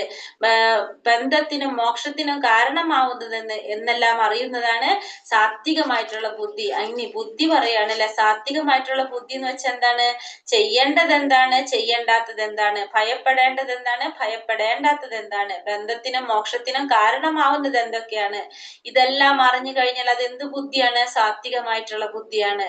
കാരണം എന്താണ് നമ്മൾ ചെയ്യേണ്ടത്? പ്രവർത്തിച്ച നിവർത്തിച്ച എന്ന് പറഞ്ഞത്. എന്തൊക്കെയാണ് ചെയ്യേണ്ടത്, എന്തൊക്കെയാണ് ചെയ്യേണ്ടാത്തത്, പിന്നെ ഭയപ്പെടേണ്ടത് എന്ത്, ഭയപ്പെടേണ്ടാത്തത് എന്ത്, ബന്ധത്തിനും മോക്ഷത്തിനും കാരണമാകുന്നത് എന്ത്, ഇതെല്ലാം മനസ്സിലാക്കി കഴിഞ്ഞാൽ അത് സാത്വികമായിട്ടുള്ള ബുദ്ധിയാണ്. ആ ഒരു ബുദ്ധി വന്നു കഴിഞ്ഞാലോ ചെയ്യുന്ന എല്ലാ പ്രവൃത്തികളും ഭഗവാനായിട്ട് അർപ്പിച്ചുകൊണ്ട് തന്നെ ചെയ്യാനായിട്ട് അയാൾ ശ്രമിക്കും. അപ്പൊ അതാണ് സാത്വികമായിട്ടുള്ള ബുദ്ധി പറയുന്നത്. ഇനി അടുത്തത് പറയുന്നു പാർത്ഥ, ധർമ്മം എന്ത്, അധർമ്മം എന്ത്, ചെയ്യേണ്ടത് എന്ത്, ചെയ്യരുതാത്തത് എന്ത് എന്ന് വേർതിരിച്ചറിയാനാവാത്തത് രാജസികമായിട്ടുള്ള ബുദ്ധി. ധർമ്മം എന്താണ്, അധർമ്മം എന്താണ്, ചെയ്യേണ്ടത് എന്ത്, ചെയ്യേണ്ടാത്തത് എന്ത് എന്ന് വേർതിരിച്ചറിയാനാവാത്ത ബുദ്ധിയോ രാജസികമായിട്ടുള്ള ബുദ്ധി. രാജസികമായിട്ടുള്ള ബുദ്ധി എന്ന് പറയുമ്പോ എന്ത് ചെയ്യണം, എന്ത് ചെയ്യണ്ട, ധർമ്മം എന്താണ്, അധർമ്മം എന്താണ്, ഇതൊന്നും വേർതിരിച്ചറിയാത്തതാണെങ്കിൽ രാജസികമാണ്. ഇതെല്ലാം മനസ്സിലാക്കി പ്രവർത്തിക്കുന്നത് സാത്വികമാണ്. ഇനി താമസികമാണെങ്കിൽ എന്താണ്? വ്യാമോഹത്തിന്റെയും അന്ധകാരത്തിന്റെയും സ്വാധീനതയിൽ അധർമ്മത്തെ ധർമ്മമായും ധർമ്മത്തെ അധർമ്മമായും കരുതി സദാ തെറ്റായ വഴിക്ക് പ്രവർത്തിക്കുന്ന ബുദ്ധി എന്താണ്? താമസികമായിട്ടുള്ള ബുദ്ധിയാണ്. താമസികമായിട്ടുള്ള ബുദ്ധി എന്താണ്? വ്യാമോഹത്തിന്റെയും അന്ധകാരത്തിന്റെയും സ്വാധീനത കൊണ്ട് അവരെന്താണ്? അവർ ചിന്തിക്കുന്നത് എപ്പോഴും ശരിയായ മാർഗം വിട്ടായിരിക്കും അവർ പ്രവർത്തിക്കുന്നത്. അപ്പൊ അതുകൊണ്ട് അവര് എന്താ പറയുന്നത്? അധർമ്മത്തെ ധർമ്മമായും ധർമ്മത്തെ അധർമ്മമായും കരുതുന്നവരാണത്. ശരിയായ ധർമ്മത്തെ ത്യജിച്ച് അധർമ്മത്തെ സ്വീകരിക്കുന്നു. പിന്നെ ഒരു മഹാത്മാവിനെ സാധാരണക്കാരനായും ചിന്തിക്കും, സാധാരണ ഒരു മനുഷ്യനെ മഹാത്മാവായിട്ടും കരുതും. അത് സത്യത്തെ അസത്യമായിട്ടും അസത്യത്തെ സത്യമായിട്ടും കരുതുക. അങ്ങനെ ഏതൊരു വിഷയം അവരെങ്ങനെയായിരിക്കും? തെറ്റായ രീതിയിൽ സ്വീകരിക്കുന്നു. അവരുടെ ബുദ്ധി എങ്ങനെയുള്ളതായിരിക്കും? താമസികമായിട്ടുള്ള ബുദ്ധിയായിരിക്കും അവരുടെ. അപ്പൊ രാജസികമായിട്ടും താമസികമായിട്ടും സാത്വികമായിട്ടുള്ള ബുദ്ധിയെ കുറിച്ച് പറഞ്ഞു. ബുദ്ധി സാത്വികമായിട്ടുള്ളതെന്ന് വെച്ചിട്ടുണ്ടെങ്കിൽ ചെയ്യേണ്ടത് എന്ത്, ചെയ്യരുതാണ്ടത് എന്ത്, ബന്ധത്തിനും മോക്ഷത്തിനും കാരണമാകുന്നത് എന്ത് എന്നൊക്കെ മനസ്സിലാക്കി പ്രവർത്തിക്കുന്ന ബുദ്ധിയാണ് സാത്വികമായിട്ടുള്ള ബുദ്ധി. ധർമ്മത്തെയും അധർമ്മത്തെയും ചെയ്യരുതാത്തത് എന്ത്, ചെയ്യരുതെന്ന് വേർതിരിച്ചറിയാനാവാത്ത ബുദ്ധി രാജസികമായിട്ടുള്ള ബുദ്ധി. പിന്നെ മൂന്നാമത്തെ പറഞ്ഞ താമസികമായിട്ടുള്ള ബുദ്ധിയാണെങ്കിലോ അധർമ്മത്തെ ധർമ്മമായും ധർമ്മത്തെ അധർമ്മമായും കരുതി തെറ്റായ വഴിക്ക് ചെയ്യുന്ന പ്രവർത്തികൾ, അതിനെ നമുക്ക് എന്ത് ബുദ്ധി എന്ന് പറയാം? താമസികമായിട്ടുള്ള ബുദ്ധി എന്ന് പറയാം. ഇനി അടുത്ത ശ്ലോകത്തിൽ എന്താ പറയുന്നത്? വലിയൊരു അധ്യായം കാരണം കൊണ്ട് കുറെ ശ്ലോകങ്ങൾ വിട്ടിട്ടാണ് പറയുന്നത്. ബ്രഹ്മഭൂത പ്രസന്നാത്മാ നാശോചതി ന കാംക്ഷതി സമാ സർവേഷു ഭൂതേഷു മദ്ഭക്തിം ലഭതേ പരാം. ഈ ആധ്യാത്മിക അവസ്ഥയിൽ എത്തിച്ചേർന്നവൻ പരബ്രഹ്മ സാക്ഷാത്കാരം സിദ്ധിച്ച് പരമാനന്ദം അനുഭവിക്കുന്നു. അയാൾക്ക് ദുഃഖമില്ല, ആഗ്രഹങ്ങളില്ല, സർവഭൂതങ്ങളിലും സമഭാവനയാണ് അയാൾക്കുള്ളത്. ഈ നിലയിൽ അയാൾ വിശുദ്ധ ഭക്തിയോടെ എന്റെ സേവനത്തിൽ മുഴുകുന്നു. ഇവിടെ എന്താ പറഞ്ഞ? ഈ ആധ്യാത്മിക അവസ്ഥയിൽ എത്തിച്ചേർന്നവര് പരബ്രഹ്മ സാക്ഷാത്കാരം സിദ്ധിച്ച് പരമാനന്ദം അനുഭവിക്കുന്നു. ഈ ആധ്യാത്മികമായിട്ടുള്ള ആ സാക്ഷാത്കാരം നേടാൻ സാധിക്കുന്നവർക്ക് പരമാനന്ദം അനുഭവിക്കുന്ന പറയുന്നത്. പരമാനന്ദം അനുഭവിക്കാണ്.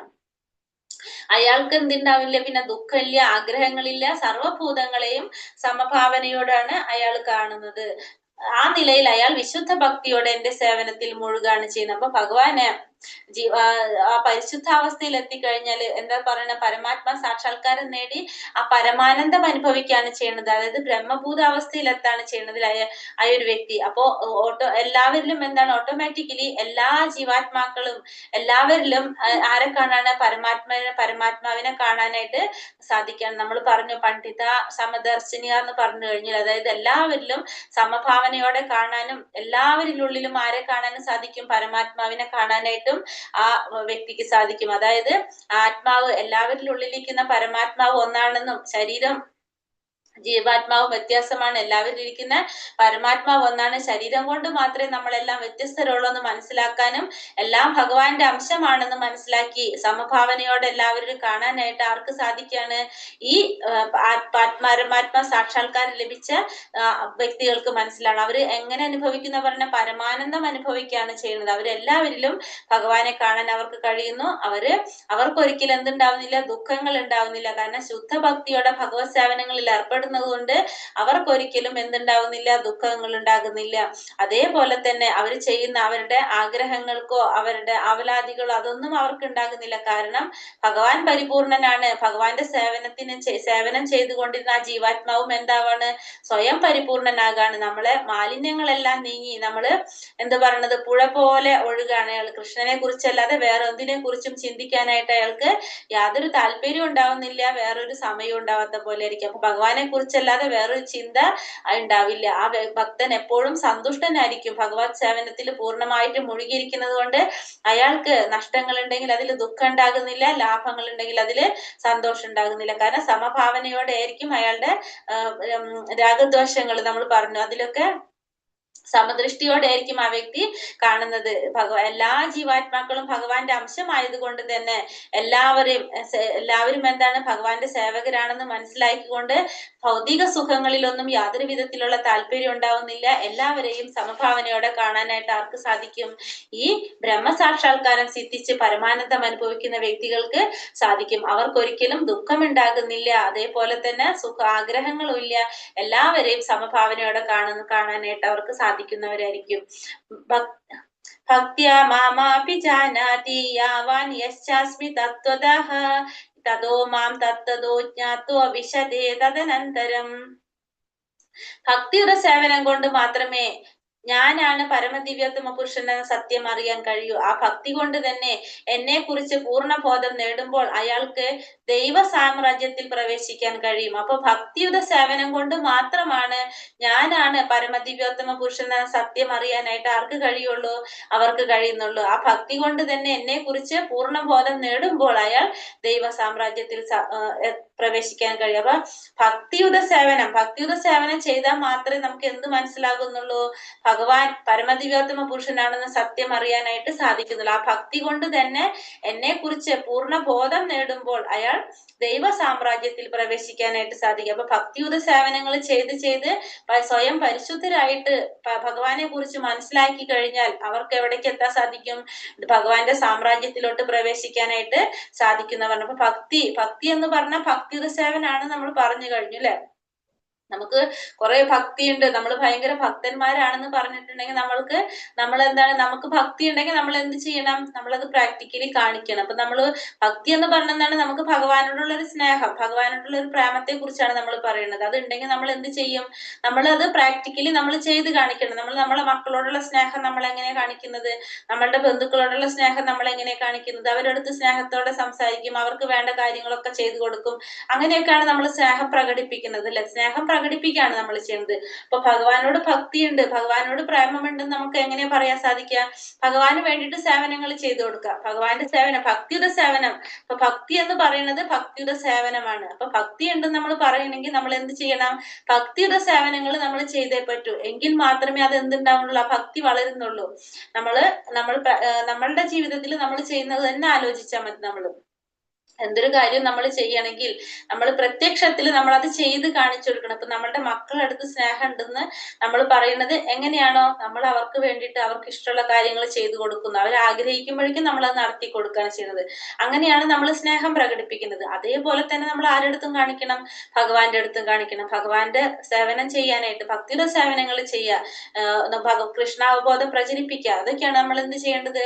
ഭഗവാനോടുള്ള സ്നേഹം ഭക്തി പ്രചരിപ്പിക്കുകയാണ് നമ്മൾ ചെയ്യേണ്ടത്. അത് ഭക്തിയുടെ സേവനം നമ്മൾ ചെയ്യേണ്ടതാണ്. അങ്ങനെ ചെയ്തു കഴിഞ്ഞാൽ എന്താണ്, നമുക്ക് ആ ഭക്തി കൊണ്ട് തന്നെ ഭഗവാനെ പൂർണ്ണ ബോധം നേടുമ്പോ, ഭഗവാനെ കുറിച്ചുള്ള ഒരു പൂർണ്ണ ജ്ഞാനം നേടുമ്പോ നമുക്ക് എവിടേക്ക് എത്താൻ സാധിക്കും, ഭഗവാന്റെ ആ ലോകത്തിലോട്ട് പ്രവേശിക്കാനായിട്ട് നമുക്ക് സാധിക്കും. അപ്പൊ വിശുദ്ധമായ ഭക്തിയുടെ സേവനത്തിലൂടെ മാത്രമേ നമുക്ക് ഭഗവാനെ കുറിച്ചും ഭഗവാന്റെ വിഭൂതികളെ കുറിച്ചും അതായത് ഭഗവാന്റെ ഗുണങ്ങളെ കുറിച്ചും അറിയാനായിട്ട് സാധിക്കുന്നുള്ളൂ എന്ന് പറഞ്ഞു. അപ്പൊ ഭക്തിയുടെ സേവനത്തിലൂടെ അല്ലാതെ നമുക്കതിന് സാധിക്കുന്നില്ല എന്ന് പറയുന്നത്.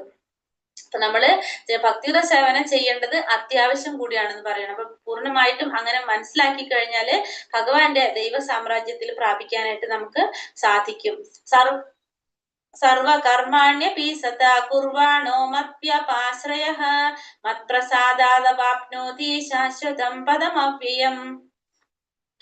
ഏതു തരം പ്രവർത്തികളിൽ ഏർപ്പെട്ടിരുന്നാലും എന്നെ മാത്രം ആശ്രയിക്കുന്ന എന്റെ വിശുദ്ധ ഭക്തൻ എന്റെ കാരുണ്യത്താലും സംരക്ഷണത്താലും അനശ്വരവും ശാശ്വതവുമായ എന്റെ ധാമം പ്രാപിക്കും. അപ്പൊ ഏത് തരത്തിലുള്ള പ്രവർത്തികളിൽ ഏർപ്പെട്ടിരുന്നാലും ശരി, ഭഗവാനെ മാത്രം ആശ്രയിച്ചു കൊണ്ടിരിക്കുന്ന ഭഗവാന്റെ വിശുദ്ധ ഭക്തന്മാര് ഭഗവാന്റെ കാരുണ്യം കൊണ്ടും സംരക്ഷണം കൊണ്ടും എന്താണ്, അനശ്വരമായിട്ടും ശാശ്വതമായിട്ടുള്ള ഭഗവാന്റെ ധാമത്തെ പ്രാപിക്കാനായിട്ട് സാധിക്കും. അപ്പൊ ഭൗതിക കൽമഷങ്ങളിൽ നിന്ന്, ഭൗതികമായിട്ടുള്ള മാലിന്യങ്ങളിൽ നിന്ന് മോചനം ലഭിക്കാൻ വേണ്ടിയിട്ട് ഭഗവാന്റെ വിശുദ്ധ ഭക്തന്മാരെ ചെയ്യണം, ഭഗവാന്റെ അല്ലെങ്കിൽ ഭഗവാന്റെ പ്രതിനിധിയായിട്ടുള്ള ആധ്യാത്മിക ഗുരുവിന്റെയും നിർദ്ദേശം അനുസരിച്ച് പ്രവർത്തിക്കുകയാണ് ചെയ്യുന്നത്. അപ്പോ അതിന് അയാൾക്ക് യാതൊരു സമയത്തിനും ഒരു പരിധി ഉണ്ടാവണമെന്നില്ല. ദിവസത്തിലെ എല്ലാ സമയവും 24 മണിക്കൂറും 100% ഭഗവാന് ഇഷ്ടമുള്ള കാര്യങ്ങൾ, ഭഗവാൻ നിർദ്ദേശിക്കുന്ന കർമ്മങ്ങളിൽ ഏർപ്പെടാനായിട്ട് അവർക്ക് സന്തോഷം ഉണ്ടാകുന്നുള്ളൂ. അങ്ങനെ കൃഷ്ണാവബോധത്തോടെ പ്രവർത്തിക്കുന്ന ഭക്തന് ഭഗവാൻ എങ്ങനെ ഉണ്ടായിരിക്കും, ആ ഭക്തനോട് ഭഗവാൻ അളവറ്റ കാരുണ്യം ഉണ്ടായിരിക്കും. എന്തെല്ലാം ക്ലേശങ്ങൾ അയാൾ അനുഭവിക്കേണ്ടി വന്നാലും അയാൾക്ക് ഒടുവിൽ എവിടേക്ക് എത്താൻ സാധിക്കും, ഭഗവാന്റെ അതീന്ദ്രിയമായിട്ടുള്ള പദത്തിലേക്ക് എത്തിച്ചേരാനായിട്ട് അയാൾക്ക് സാധിക്കും. അയാൾക്ക് ഉറപ്പാണ് അവിടേക്ക് പ്രവേശനം. കാരണം ആ ഭഗവാന് വേണ്ടിയിട്ട് സേവനം ചെയ്തുകൊണ്ടിരിക്കുകയാണ്. ഏത് സമയത്തും ഭഗവത് സേവനം മാത്രമാണ് അയാളുടെ ഉള്ളിലുള്ളത്. അപ്പൊ അത് ഭഗവാന്റെ അടുത്ത് അല്ലെങ്കിൽ എന്താണ്, ഭഗവാന്റെ പ്രതിനിധി നിന്ന് അറിഞ്ഞ് അതിനനുസരിച്ച് പ്രവർത്തിക്കുകയാണ് ആര് ചെയ്യുന്നത്, ഈ ഭക്തന്മാര് ചെയ്യുന്നത്. അവർ ശാശ്വതമായിട്ടുള്ള ഭഗവാന്റെ ആ ഒരു ജ്ഞാനം നേടിക്കൊണ്ട് ഭഗവാനെ പ്രാപിക്കാനായിട്ട് ശ്രമിക്കുകയാണ് ചെയ്യുന്നത്. അങ്ങനെയുള്ളവര് ഭഗവാന്റെ ധാമത്തിൽ പ്രാപിക്കാനായിട്ട് സാധിക്കും. ഏത് തരം പ്രവർത്തികളിൽ ഏർപ്പെട്ടിരുന്നാലും ശരി, എന്ത് ചെയ്യുമ്പോഴും അതിൽ ആരെ ബോധം ഉണ്ടാവുക, ഭഗവാന്റെ ഒരു ബോധത്തോടെയാണ് പ്രവർത്തിക്കുന്നതെങ്കിൽ, ഭഗവാനെ മാത്രം ആശ്രയിക്കുകയാണെങ്കിൽ ആ വിശുദ്ധ ഭക്തൻ ഭഗവാന്റെ കാരുണ്യം കൊണ്ടും ഭഗവാന്റെ സംരക്ഷണം കൊണ്ടും ഭഗവാന്റെ ധാമത്തെ പ്രാപിക്കാനായിട്ട് സാധിക്കുന്നു പറയും. മച്ചിത്ത സർവ ദുർഗാണി മത്പ്രസാദാത്തരിഷ്യസി അഥാ ചേത്തോമഹങ്കാരൻ നാശോഷ്യസി വിനക്ഷ്യസി. എന്നെ കുറിച്ച് ബോധവാനായിരുന്നാൽ നിനക്ക് എന്റെ പ്രസാദം കൊണ്ട് തന്നെ ബദ്ധജീവിതത്തിലെ സകല ക്ലേശങ്ങളെയും അതിജീവിക്കാൻ കഴിയും.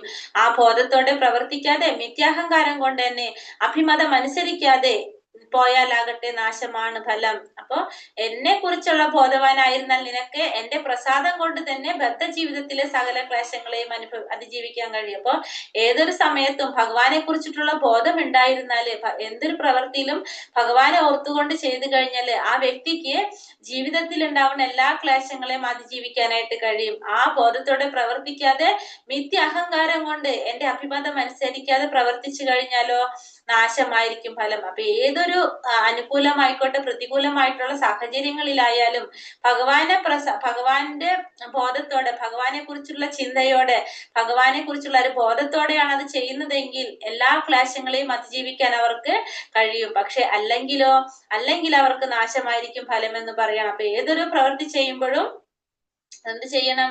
നമ്മള് ഭഗവാനെ കുറിച്ച് ചിന്തിച്ചുകൊണ്ട് ചെയ്യാൻ ശ്രമിക്കുക. എന്ത് ചെയ്താലും ഭഗവാന് വേണ്ടിയിട്ട്, ഭഗവാന്റെ സന്തോഷത്തിന് വേണ്ടിയിട്ടായിരിക്കണം നമ്മൾ പ്രവർത്തിക്കേണ്ടത്. അങ്ങനെ ചെയ്തുകൊണ്ടിരുന്നാൽ ആ ഭക്തന്റെ സുഖത്തിന് വേണ്ടി എന്താണ് ചെയ്യേണ്ടത് എന്നുള്ള കാര്യം ആർക്കറിയാൻ സാധിക്കാണ്? ഭഗവാൻ അറിയാൻ സാധിക്കും. അപ്പൊ ഭഗവാൻ ആ കാര്യങ്ങള് നടത്തി തരാണ് ചെയ്യുന്നത്. അപ്പൊ ഒരിക്കലും നമ്മൾ എന്ത് ചെയ്യാൻ പാടില്ല? കൃഷ്ണാവബോധത്തോടെ അല്ലാതെ, ഭഗവാനെ കുറിച്ച് ചിന്തിക്കാതെ യാതൊരു പ്രവർത്തികളും നമ്മൾ ചെയ്യാൻ പാടില്ല. കൃഷ്ണാവബോധത്തോടെ പ്രവർത്തിച്ചു തുടങ്ങിയിട്ട് കഴിഞ്ഞാല് അയാൾക്ക് ഭൗതിക ക്ലേശങ്ങൾ ഉണ്ടാവുന്നത് മുഴുവനും ആര് മാറ്റാണ് ചെയ്യുന്നത്? ഭഗവാൻ നീക്കി കൊടുക്കുന്ന പറ. അതിനെ അതിജീവിക്കാനുള്ള ഇത് ഭഗവാൻ ചെയ്തു കൊടുക്കും. ഭഗവാൻ അത് ചെയ്യുന്ന പറഞ്ഞപ്പോ അങ്ങനെ നമ്മൾ അല്ലാതെയാണെങ്കിൽ അതിന്റെ ഫലം എന്താണ്? അത് നാശമായിരിക്കും ഫലം എന്ന് പറയാണ്. അപ്പൊ കൃഷ്ണാവബോധം ഉദിച്ച ചെയ്യുന്ന പ്രവൃത്തിക്ക് ഉള്ള സ്വാതന്ത്ര്യം ഉണ്ടാകുന്നു മാത്രമല്ല, ഭഗവാന്റെ പ്രേരണയ്ക്കനുസരിച്ച്, അല്ലെങ്കിൽ നമ്മൾ പറഞ്ഞ ഭഗവാന്റെ പ്രതിനിധിയായിട്ടുള്ള ഒരു ഗുരുവിന്റെ സഹായത്തോടെ നമ്മൾ എന്ത് പ്രവർത്തികൾ ചെയ്യാനായിട്ട് സാധിക്കും. അപ്പൊ ആ ചെയ്യുന്ന പ്രവൃത്തികൾ കൊണ്ട് നമ്മളെ ബദ്ധ ജീവിതത്തിലുള്ള ക്ലേശങ്ങളെ നമുക്ക് അതിജീവിക്കാനായിട്ട് കഴിയും. ഭഗവാന്റെ ഒരു ബോധത്തോടു കൂടി നമ്മളത് പ്രവർത്തിക്കാന്ന് മാത്രം ഉള്ളൂ. ഈശ്വര സർവഭൂതാനാം ഹൃദയശാർജുന തിഷ്ഠതി ഭ്രാമയൻ സർവഭൂതാനി യന്ത്രാരൂഢാനി മായയ. ഇവിടെ എന്താ പറയുന്നത്? അർജുന, പരമപുരുഷൻ എല്ലാവരുടെയും ഹൃദയത്തിൽ കുടികൊള്ളുകയും ഭൗതിക ശക്തിയാൽ നിർമ്മിതമായ യന്ത്രത്തിൽ എന്ന പോലെ സ്ഥിതി ചെയ്യുന്ന ജീവാത്മാക്കളുടെ ഭ്രമണത്തെ നിയന്ത്രിക്കുകയും ചെയ്യുന്നു. പരമപുരുഷൻ എല്ലാവരുടെ ഹൃദയത്തിൽ കുടികൊള്ളുകയും ഭൗതിക ശക്തിയാൽ നിർമ്മിതമായ യന്ത്രത്തിൽ എന്ന പോലെ സ്ഥിതി ചെയ്യുന്ന ജീവാത്മാക്കളുടെ ഭ്രമണത്തെ നിയന്ത്രിക്കുകയും ചെയ്യുന്നു. അപ്പൊ എല്ലാവരെയും കൺട്രോൾ ചെയ്യുന്നത് ആരാണെന്നാ പറയുന്നത്? ഭഗവാനാണെന്ന് പറയുന്നത്. അപ്പൊ ഭഗവാനാണ് എല്ലാവരുടെയും കൺട്രോളർ. എല്ലാവരെയും നിയന്ത്രിക്കുന്നത് ഭഗവാനാണ്. എല്ലാവരും നയിക്കുന്നതും എല്ലാവരുടെ ഹൃദയത്തിലും പരമാത്മ രൂപേണ വാഴുന്ന ഭഗവാൻ തന്നെയാണ് എല്ലാവരും നയിച്ചു കൊണ്ടുപോകുന്നത്. അപ്പൊ ശരീരം മാറുമ്പോഴെന്താണ്? ജീവാത്മാവ് അടുത്ത ശരീരത്തിൽ പ്രവേശിക്കാണ്. ആ ജീവാത്മാവിന് അപ്പൊ താൻ എന്താണ് ചെയ്യേണ്ടത് എന്നും ജീവാത്മാവിന് അറിയുന്നില്ല. അപ്പൊ അടുത്ത ശരീരത്തിൽ പ്രവേശിക്കുമ്പോ ഈ പരമാത്മ രൂപത്തിലിരിക്കുന്ന ഭഗവാനാണ് എന്ത് ചെയ്യുന്നത്? അവരെ നിയന്ത്രിക്കുന്നത്. എല്ലാം നിയന്ത്രിക്കുന്നത് ഭഗവാനാണ്. ഭഗവാന്റെ നിർദ്ദേശാനുസരണമാണ് അത് പ്രവർത്തിച്ചു പോകുന്നത്. ഏത് തരം ശരീരത്തിൽ ഉൾപ്പെട്ടാലും അത് പ്രവർത്തിക്കാനായിട്ട്, പറയുന്ന പ്രകാരം പ്രവർത്തിക്കാനായിട്ട് അത് നിർബന്ധിതനാകാണ് ചെയ്യുന്നത്. അപ്പൊ ഓരോ വ്യക്തിക്കും ഭഗവാനാണ് ആശ്രയം. ഭഗവാൻ അല്ലാതെ വേറൊരു ആശ്രയമില്ല. കർത്തവ്യം സ്വയം കൃഷ്ണനിൽ അർപ്പിക്കുക. അതാണ് ചെയ്യേണ്ടത്. ശരിക്കും ജീവാത്മാവ് സ്വതന്ത്രനല്ല. താൻ ഭഗവാന് വിധേയനായിട്ടാണ്, ഭഗവാൻ പറയുന്നതിനനുസരിച്ചാണ് ആര് പ്രവർത്തിക്കുന്നത്?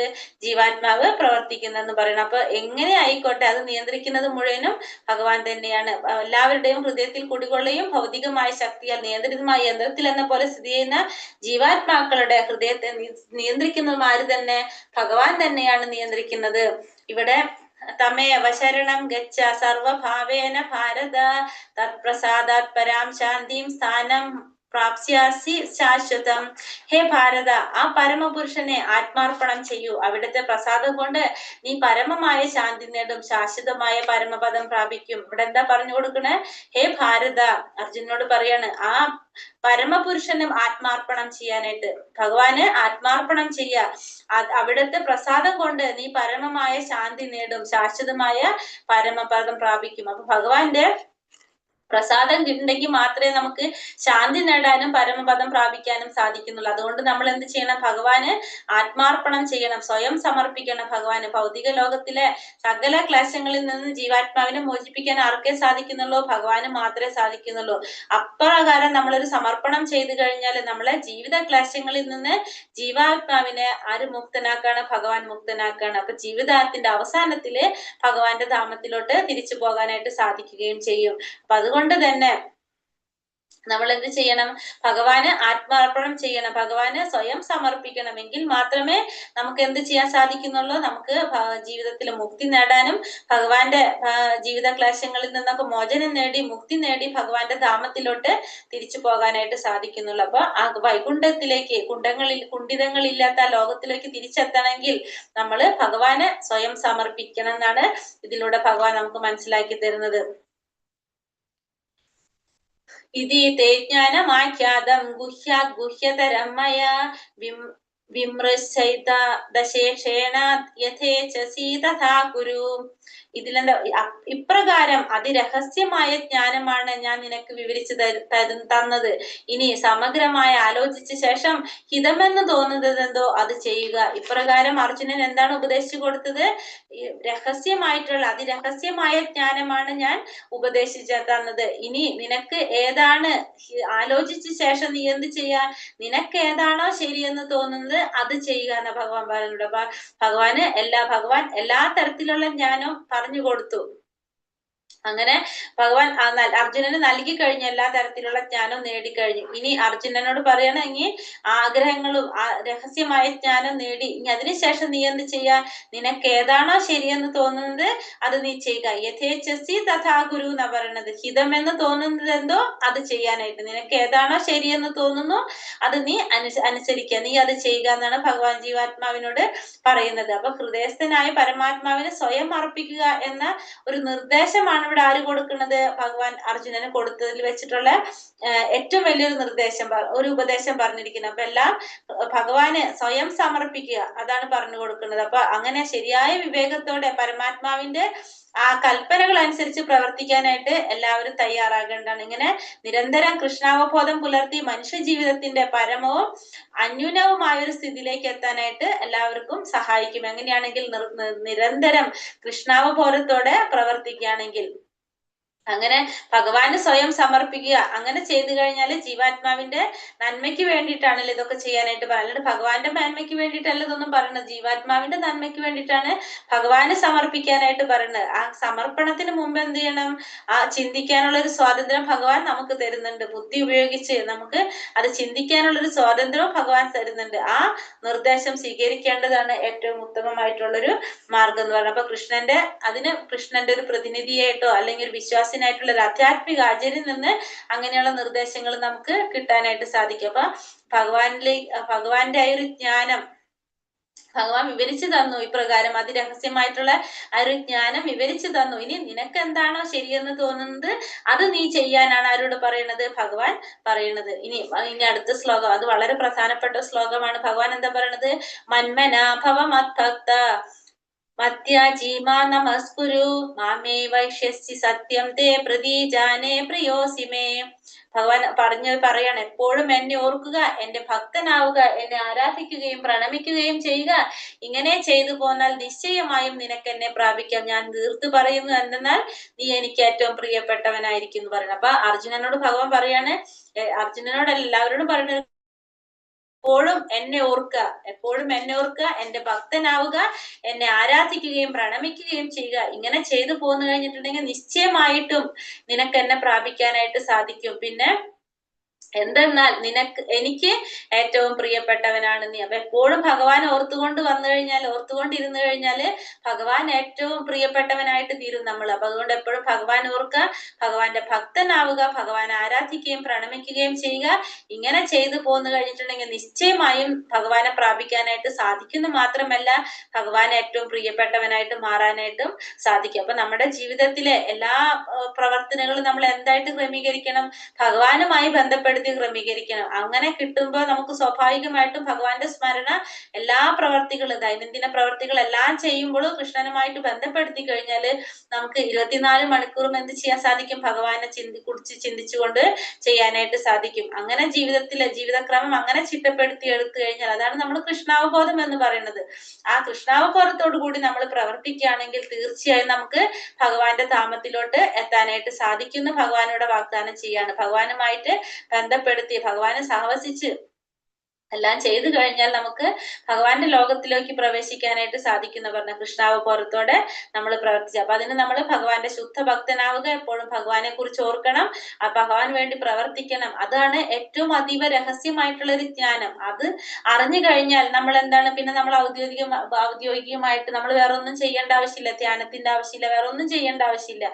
എപ്പോഴും കൃഷ്ണാവബോധം പരിശീലിക്കുക. കൃഷ്ണാവബോധം എന്ന് പറഞ്ഞാൽ തന്നെ ഏതൊരു സമയത്ത് നമ്മൾ ചെയ്യുന്ന ഊണിലും ഉറക്കത്തിലും എല്ലാ സമയത്തും എന്ത് ചെയ്യാം? ഭഗവാനെ കുറിച്ച് ഓർത്തുകൊണ്ട് ചെയ്യാം. അതാണ് ഏറ്റവും മെയിൻ ആയിട്ട് ഭഗവാൻ ഇവിടെ നമുക്ക് രഹസ്യമായിട്ട് പറഞ്ഞിരുന്ന ആ ഒരു ജ്ഞാനം അതാണ്. ഭഗവാനെ കുറിച്ച് ഓർക്കുക, ഭഗവാന്റെ ഭക്തനാവുക, ഭഗവാനെ ആരാധിക്കുകയും പ്രണമിക്കുകയും ചെയ്യുക. അങ്ങനെ ചെയ്താൽ നിശ്ചയമായിട്ടും ഭഗവാനെ പ്രാപിക്കാനായിട്ട് സാധിക്കും. ഭഗവാനെ കുറിച്ച് ഓർക്കേണ്ടത് എങ്ങനെയാണെന്ന് ഇവിടെ ഭാവാർത്ഥത്തിൽ പറയുന്നുണ്ട് പ്രഭാതർ. ഭഗവാനിൽ, അതായത് കൃഷ്ണനിലാണ് നമ്മൾ ഓർക്കേണ്ടത്. കൃഷ്ണനെയാണ് നമ്മൾ ഓർക്കേണ്ടത്. അതായത് മുടിക്കെട്ടിൽ മയിൽപ്പീലികൾ ചൂടി 2 കൈകളിലും ഓടക്കുഴലേന്തി നിൽക്കുന്ന ശ്യാമസുന്ദരനായ കൃഷ്ണനിലാണ് ശ്രദ്ധ കേന്ദ്രീകരിക്കേണ്ടതാണ് പറയുന്നതില്. അതായത് ഭഗവാന്റെ പല രൂപങ്ങളുണ്ട് അല്ലെ, പല അവതാരങ്ങളുണ്ട്. ഭഗവാന്റെ വിഷ്ണു രൂപമുണ്ട്, നാരായണമുണ്ട്, ശ്രീരാമസ്വാമി ഉണ്ട്, വരാഹ ഉണ്ട്, പല രീതിയിലും രൂപങ്ങളുണ്ട്. പക്ഷെ അർജുനന് മുന്നിൽ പ്രത്യക്ഷനായിട്ടുള്ള ഭഗവാന്റെ ആ രൂപത്തില്, അതായത് കൃഷ്ണനിലാണ്, ശ്യാമസുന്ദര രൂപത്തിലാണ് ശ്രദ്ധ കേന്ദ്രീകരിക്കലെന്നാണ്. കൃഷ്ണനിൽ ഇങ്ങനെ മനസ്സുറപ്പിക്കലാണ് ജ്ഞാനത്തിന്റെ ഏറ്റവും ഗോപ്യമായിട്ടുള്ള ഒരു വശം എന്ന് പറയുന്നത്. അപ്പോ കൃഷ്ണനിലാണ് നമ്മൾ മനസ്സുറപ്പിക്കേണ്ടത് എന്ന് പറയുന്നത്. ഭഗവാന്റെ ഈ രൂപത്തില്, ശ്യാമസുന്ദര രൂപത്തിലാണ് ഭഗവാനെ നമ്മൾ ആരാധിക്കേണ്ടെന്ന് കൂടിയിട്ട് ഇവിടെ ഊന്നി പറയുന്നുണ്ട്. അപ്പൊ ഭഗവാന്റെ വർണ്ണനകളും കാര്യങ്ങളൊക്കെ നമ്മുടെ ബ്രഹ്മസംഹിതയിൽ ഇത്തിരി കൂടി ഡീറ്റെയിൽ ആയിട്ട് കൊടുത്തിട്ടുണ്ട്. അപ്പോ ഭഗവാനെ എപ്പോഴും ഓർക്കുക, ഭഗവാനെ ആരാധിക്കുക, ഭഗവാന്റെ ഭക്തനാവുക, ഭഗവാനെ പ്രണമിക്കുക. ഇതൊക്കെ ചെയ്തു കഴിഞ്ഞാൽ ഭഗവാന് ഏറ്റവും പ്രിയപ്പെട്ടവനായിട്ട് മാറും, ഭഗവാനെ പ്രാപിക്കാനായിട്ട് സാധിക്കുമെന്നും പറയാണ്. ഇനി ഭഗവാൻ എന്താ പറഞ്ഞ, സർവധർമാൻ പരിത്യജ മാമേകം ശരണം വ്രജ അഹം ത്വാം സർവപാപേഭ്യോ മോക്ഷയിഷ്യാമി മാം ശുചഃ. സർവധർമ്മങ്ങളെയും ത്യജിച്ച് എന്നിൽ ശരണം തേടുക, ഞാൻ നിന്നെ സകല പാപപ്രതികരണങ്ങളിൽ നിന്നും മോചിപ്പിക്കാൻ ഭയപ്പെടേണ്ട. ഇങ്ങനത്തെ ഒരു അവസ്ഥയിൽ എത്തിക്കഴിഞ്ഞൊരു വ്യക്തിയാണെങ്കിൽ ആ വ്യക്തിയോട് പറഞ്ഞതാണ്, നീ നിന്റെ സകല ധർമ്മങ്ങളും, കാരണം ഭഗവാനിലേക്ക് എത്തിക്കഴിഞ്ഞാൽ പിന്നെ ധർമ്മം എന്ന് പറഞ്ഞ അവിടെ ഇല്ലല്ലേ. കാരണം ഭഗവാന് വേണ്ടിയിട്ട് ചെയ്തു കഴിഞ്ഞാൽ നമ്മൾ പറഞ്ഞു, കൃഷ്ണാവബോധത്തോടെ ഭക്തിയുടെ സേവനം ചെയ്തു കഴിഞ്ഞാൽ യജ്ഞം ചെയ്യുന്നതിന്റെയും യാഗം ചെയ്യുന്നതിന്റെയും തപസ് ചെയ്യുന്നതിന്റെ ഒക്കെ ഫലം ഓട്ടോമാറ്റിക്കലി കിട്ടാൻ നമ്മൾ പറഞ്ഞു കഴിഞ്ഞു. അപ്പൊ സർവ്വധർമ്മങ്ങളെയും ത്യജിച്ച് ഭഗവാനിൽ ശരണം തേടിക്കഴിഞ്ഞാൽ ഞാൻ നിന്നെ സകല പാപപ്രതികരണങ്ങളെയും മോചിപ്പിക്കും, ഭയപ്പെടേണ്ട പറഞ്ഞു. അപ്പൊ ഭഗവാനിലേക്ക് ശരണം പ്രാപിച്ചു കഴിഞ്ഞാൽ പിന്നെ യാതൊരുവിധ പാപപ്രതികരണങ്ങളെ കുറിച്ചും ചിന്തിക്കേണ്ട ആവശ്യമില്ല. കാരണം അതിൽ നിന്നൊക്കെ മോചിപ്പിക്കാൻ ആർക്ക് സാധിക്കാണ്? ഭഗവാന് സാധിക്കാണ്. അപ്പോ ഇവിടെ എന്ന് പറഞ്ഞത് ഭഗവാന്റെ അർജുനൻ തനിക്ക് ആത്മാർപ്പണം ചെയ്താൽ മതി എന്നാ പറയുന്നത്. അപ്പൊ ഭഗവാന് സമർപ്പിച്ചു കഴിഞ്ഞാല് പിന്നെ വേറെ ഒന്നിനെ കുറിച്ചും ചിന്തിക്കേണ്ട ആവശ്യമില്ല. സർവ്വധർമ്മങ്ങളെയും ത്യജിച്ച് ഭഗവാനിൽ ശരണം തേടിക്കഴിഞ്ഞാൽ പിന്നെ എല്ലാ പാപപ്രതികരണങ്ങളിൽ നിന്നും ഭഗവാൻ മോചിപ്പിക്കും എന്ന് പറഞ്ഞിട്ട് ഭഗവാൻ പറയാണ്. അപ്പൊ ഭഗവാനെ സേവിക്കുക, ഭഗവാനെ സേവിച്ചു കഴിഞ്ഞാല് വേറെ ഒന്നിനെ കുറിച്ച് ഒന്നിനെ കുറിച്ച് ചിന്തിക്കേണ്ട ആവശ്യമില്ല. ഭഗവാനെ ശരണം തേടാന്നാ പറയുന്നത് നമ്മുടെ അടുത്ത്. അപ്പൊ എല്ലാ ധർമ്മങ്ങളെയും ത്യജിച്ചുകൊണ്ട് പിന്നെ നമുക്ക് പ്രത്യേകിച്ച് വേറെ ഒന്നും സ്പെഷ്യലായിട്ട് ചെയ്യേണ്ട ആവശ്യമില്ല. നമ്മൾ പറഞ്ഞു കഴിഞ്ഞു. യാഗങ്ങൾ ചെയ്താലും യജ്ഞങ്ങൾ ചെയ്താലും തപസ്സുകൾ അനുഷ്ഠിച്ചാലും ദാനങ്ങൾ നടത്തിയാലും ഒക്കെ ചെയ്താൽ കിട്ടുന്ന ഫലം നമുക്ക് എന്തുകൊണ്ട് കിട്ടാണ്? ഭക്തിയുടെ സേവനം ചെയ്യുന്നത് കൊണ്ട് കിട്ടാണെന്ന് പറഞ്ഞു. അപ്പൊ ഭഗവാനിൽ സ്വയം സമർപ്പിച്ചു കഴിഞ്ഞാൽ ഇതെല്ലാം ചെയ്യുന്നതിന്റെ ഫലങ്ങളാണ് ഇതൊക്കെ വരുന്നില്ല. അപ്പൊ എല്ലാ ധർമ്മങ്ങളെയും ത്യജിച്ചുകൊണ്ട് ഭഗവാനെ ശരണം തേടുക എന്നുള്ളതാണ് പറയണത്. അപ്പൊ എല്ലാ പാപപ്രതികരണങ്ങളും മോചിപ്പിക്കാനായിട്ട് ആർക്ക് സാധിക്കും? ഭഗവാന് സാധിക്കുന്നതാണ്. പിന്നെ അതിനു വേണ്ടിയിട്ട് വേറെ പ്രയത്നങ്ങളൊന്നും നമ്മൾ ചെയ്യേണ്ടതായിട്ട് വരുന്നില്ല. എല്ലാ ജീവജാലങ്ങളുടെയും സംരക്ഷണാനാണ് ഭഗവാൻ സംരക്ഷനാണ് എന്നൊരു സത്യം നമ്മൾ മനസ്സിലാക്കുക. വിശ്വാസത്തോടും ഭഗവാനെ പ്രേമത്തോടും വിശ്വാസത്തോടും കൂടിയിട്ട് ഭഗവാനെ സമർപ്പിക്കുക, അത് മാത്രമാണ് ഭഗവാൻ പറയുന്നത്. അപ്പൊ ഏതൊരു ചുറ്റുപാടിലും ആയിക്കോട്ടെ, എങ്ങനത്തെ ഒരു അവസ്ഥയിലും ഭഗവാൻ നമ്മൾ എല്ലാ ക്ലേശങ്ങളിൽ നിന്ന് രക്ഷിക്കും എന്നുള്ളൊരു ബോധം, ഒരു വിശ്വാസം ആരിൽ ഉണ്ടാവണം? നമ്മളിൽ ഉണ്ടാവണം. അങ്ങനെ പുലർത്തി പോന്നു കഴിഞ്ഞാൽ നമുക്ക് എന്താണ് ആ ഒരു കാര്യം നമ്മൾ അതേപോലെ ചിന്തിച്ചു പോയി കഴിഞ്ഞാൽ സ്വാഭാവികമായിട്ടും ഭഗവാൻ എന്ത് ചെയ്യും? അത് നമുക്ക് നിറവേറ്റി തരും. കാരണം നമുക്ക് ആകെ ഒരേ ഒരു ശരണാഗതി ഉള്ളൂ, ഭഗവാൻ മാത്രമേ ഉള്ളൂ. അത്രയും ഭഗവാനിൽ വിശ്വാസം ഉണ്ട് നമുക്ക്. ഭഗവാനിൽ വിശ്വസിച്ചു കഴിഞ്ഞാൽ ഭഗവാൻ എന്താണ്? ഭഗവാൻ നമ്മളെ രക്ഷിക്കുന്ന പറയുന്നത്. അപ്പൊ നമ്മൾ എപ്പോഴും ഭഗവാൻ ഓർക്കുക, ഭഗവാനിൽ വിശ്വസിക്കുക, ഭഗവാന്റെ സേവനങ്ങൾ ചെയ്തുകൊണ്ടിരിക്കുക. അങ്ങനെ ആയിക്കഴിഞ്ഞാൽ ഭൗതികമായിട്ടുള്ള നമ്മളെ എല്ലാ കൽമഷങ്ങളിൽ നിന്നും നമ്മൾ രക്ഷപ്പെടും. നമ്മൾ അതിൽ നിന്നൊക്കെ മോചിപ്പിക്കാൻ ആർക്ക് സാധിക്കും? ഭഗവാന് സാധിക്കും. ഭയപ്പെടേണ്ട എന്നാണ് പറയുന്നത്. ഇതം പരമം ഗുഹ്യം മത്ഭക്തേക്ഷ്യഭിധായസ്യതി ഭക്തിമയി പരാം കൃത്വാ മാമേ വക്ഷ്യത്യ സംശയഃ. പരമരഹസ്യമായ ഈ ജ്ഞാനത്തെ എന്റെ ഭക്തന്മാർക്ക് ഉപദേശിക്കുന്നവന് ശുദ്ധ ഭക്തിയുടെ സേവനം സുനിശ്ചിതമാണ്. അവസാനമായി അയാൾ എന്നിലേക്ക് തിരിച്ചെത്തുകയും ചെയ്യും. ഇനി ഭഗവാന്റെ ഈ പരമരഹസ്യമായിട്ടുള്ള ഈ ജ്ഞാനത്തെ, ഭഗവാന്റെ ഈ ജ്ഞാനത്തെ ഉപദേശിക്കുന്നവർക്ക്, ഭക്തന്മാർക്ക് ഉപദേശിച്ചു കൊടുത്തു കഴിഞ്ഞാൽ ശുദ്ധ ഭക്തിയുടെ സേവനം സുനിശ്ചിതമാണ്. അവസാനം അയാൾ എന്നിലേക്ക് എത്തിച്ചേരും, തിരിച്ചെത്തുന്ന പറയണം. അപ്പൊ ഭഗവാന്റെ ഈ ഒരു ജ്ഞാനം ഭഗവത്ഗീത ഭക്തന്മാർക്കിടയിൽ മാത്രം ചർച്ച ചെയ്യണം. ഭക്തി ഇല്ലാത്തവർക്ക് ഭഗവത്ഗീതയെ കുറിച്ചോ ഭഗവാനെ കുറിച്ചോ ഒന്നും പറഞ്ഞു കഴിഞ്ഞാൽ മനസ്സിലാവില്ല, അല്ലെ? അപ്പൊ ഭഗവാനെയും അല്ലെങ്കിൽ ഭഗവത്ഗീതയും അറിഞ്ഞ് അംഗീകരിക്കാനായിട്ട് ഭഗവത്ഗീത തന്നിഷ്ടപ്രകാരം ഈ വ്യാഖ്യാനങ്ങൾ ചെയ്തവർക്കൊന്നും അവരുടെ ആ വ്യാഖ്യാനങ്ങൾ ചെയ്തിട്ടുള്ളവരുടെ അവരൊക്കെ അപരാധം ചെയ്യാണ് ചെയ്യുന്നത്. അപ്പൊ നമ്മൾ അങ്ങനെ ചെയ്യാൻ പാടില്ല. നമ്മൾ എന്ത് ചെയ്യണം? ആ ഒരു ജ്ഞാനത്തെ ഗുരുപരമ്പരയിലൂടെ എങ്ങനെയാണോ നമുക്ക് കിട്ടിയത്, ആ ഒരു ജ്ഞാനത്തെ അതേപടി നമ്മൾ എന്ത് ചെയ്യണം? ഭക്തന്മാർക്ക് ഉപദേശിച്ചു കൊടുത്താൽ അത് ശുദ്ധ ഭക്തിയുടെ സേവനം, അതാണ് നമ്മൾ ചെയ്യുന്ന സേവനമാണ്, ഭക്തിയുടെ സേവനമാണത്. അങ്ങനെയുള്ളവര് ഭഗവാനിലേക്ക് തിരിച്ചെത്തുന്ന പറയുന്നത്. അപ്പൊ ഭക്തന്മാര് എന്താ ചെയ്യേണ്ടത്? ഭഗവാനിലെ സ്വധാമമായിട്ടുള്ള നമ്മളുടെ സ്വഭവനത്തിലേക്ക് തിരിച്ചെത്താനായിട്ട് ഭക്തിയുടെ സേവനം എന്ന നിലയിൽ നമുക്ക് എന്ത് ചെയ്യാനായിട്ട് സാധിക്കാണ്?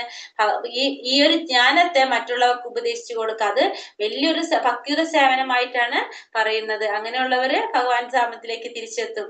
നച്ചാ തസ്മാൻ മനുഷ്യേഷു കശ്ചിൻ മേ പ്രിയ കൃത്തമഃ ഭവിതാനാച്ച മേ തസ്മാദന്യ പ്രിയതരോ ഭുവി.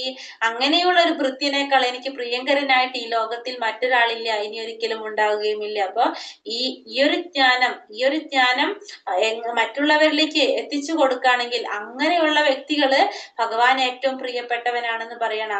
ഈ ലോകത്തിൽ വേറൊരാളും ഇല്ല ഭഗവാൻ അത്രയും ഇഷ്ടമുള്ളതായിട്ട്. അപ്പൊ ഈ ഭഗവത്ഗീത ഭഗവാന്റെ വാക്കുകളാണല്ലേ. ഈ ഭഗവത്ഗീത മറ്റുള്ളവരിലേക്ക് എത്തിച്ചു കൊടുക്കുന്നതിനേക്കാൾ ഭഗവാന് പ്രിയങ്കരനായിട്ട് ഈ ലോകത്തിൽ വേറൊരാളില്ല എന്ന് പറയുന്നത്. ഇപ്പൊ നമുക്ക് ശ്രീല പ്രഭുപാദരുടെ കാരുണ്യം കൊണ്ടാണ് ഈ ഭഗവത്ഗീത യഥാരൂപം നമുക്ക് ഇതേ രീതിയിൽ മനസ്സിലാക്കാനായിട്ട് സാധിക്കുന്നത്. അപ്പൊ അങ്ങനെയുള്ള ഒരു ഭക്തനേക്കാൾ പ്രിയപ്പെട്ടവനായിട്ട് ഈ ലോകത്തിൽ ഭഗവാന് വേറൊരാളില്ല എന്ന് പറഞ്ഞു. ഭഗവാൻ പറഞ്ഞ വാക്കുകള് യാതൊരു കലർപ്പും ഇല്ലാതെ അതേപടി നമുക്ക് നമ്മളുടെ മുന്നിൽ എത്തിച്ചു തരാണ് ആര് ചെയ്യുന്നത്?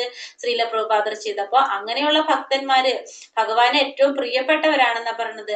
വേറെ ഈ ലോകത്തിൽ അങ്ങനത്തെ തുല്യമായിട്ടുള്ള വേറൊരാളില്ല എന്നാണ് പറയുന്നത്. അത് നമ്മൾ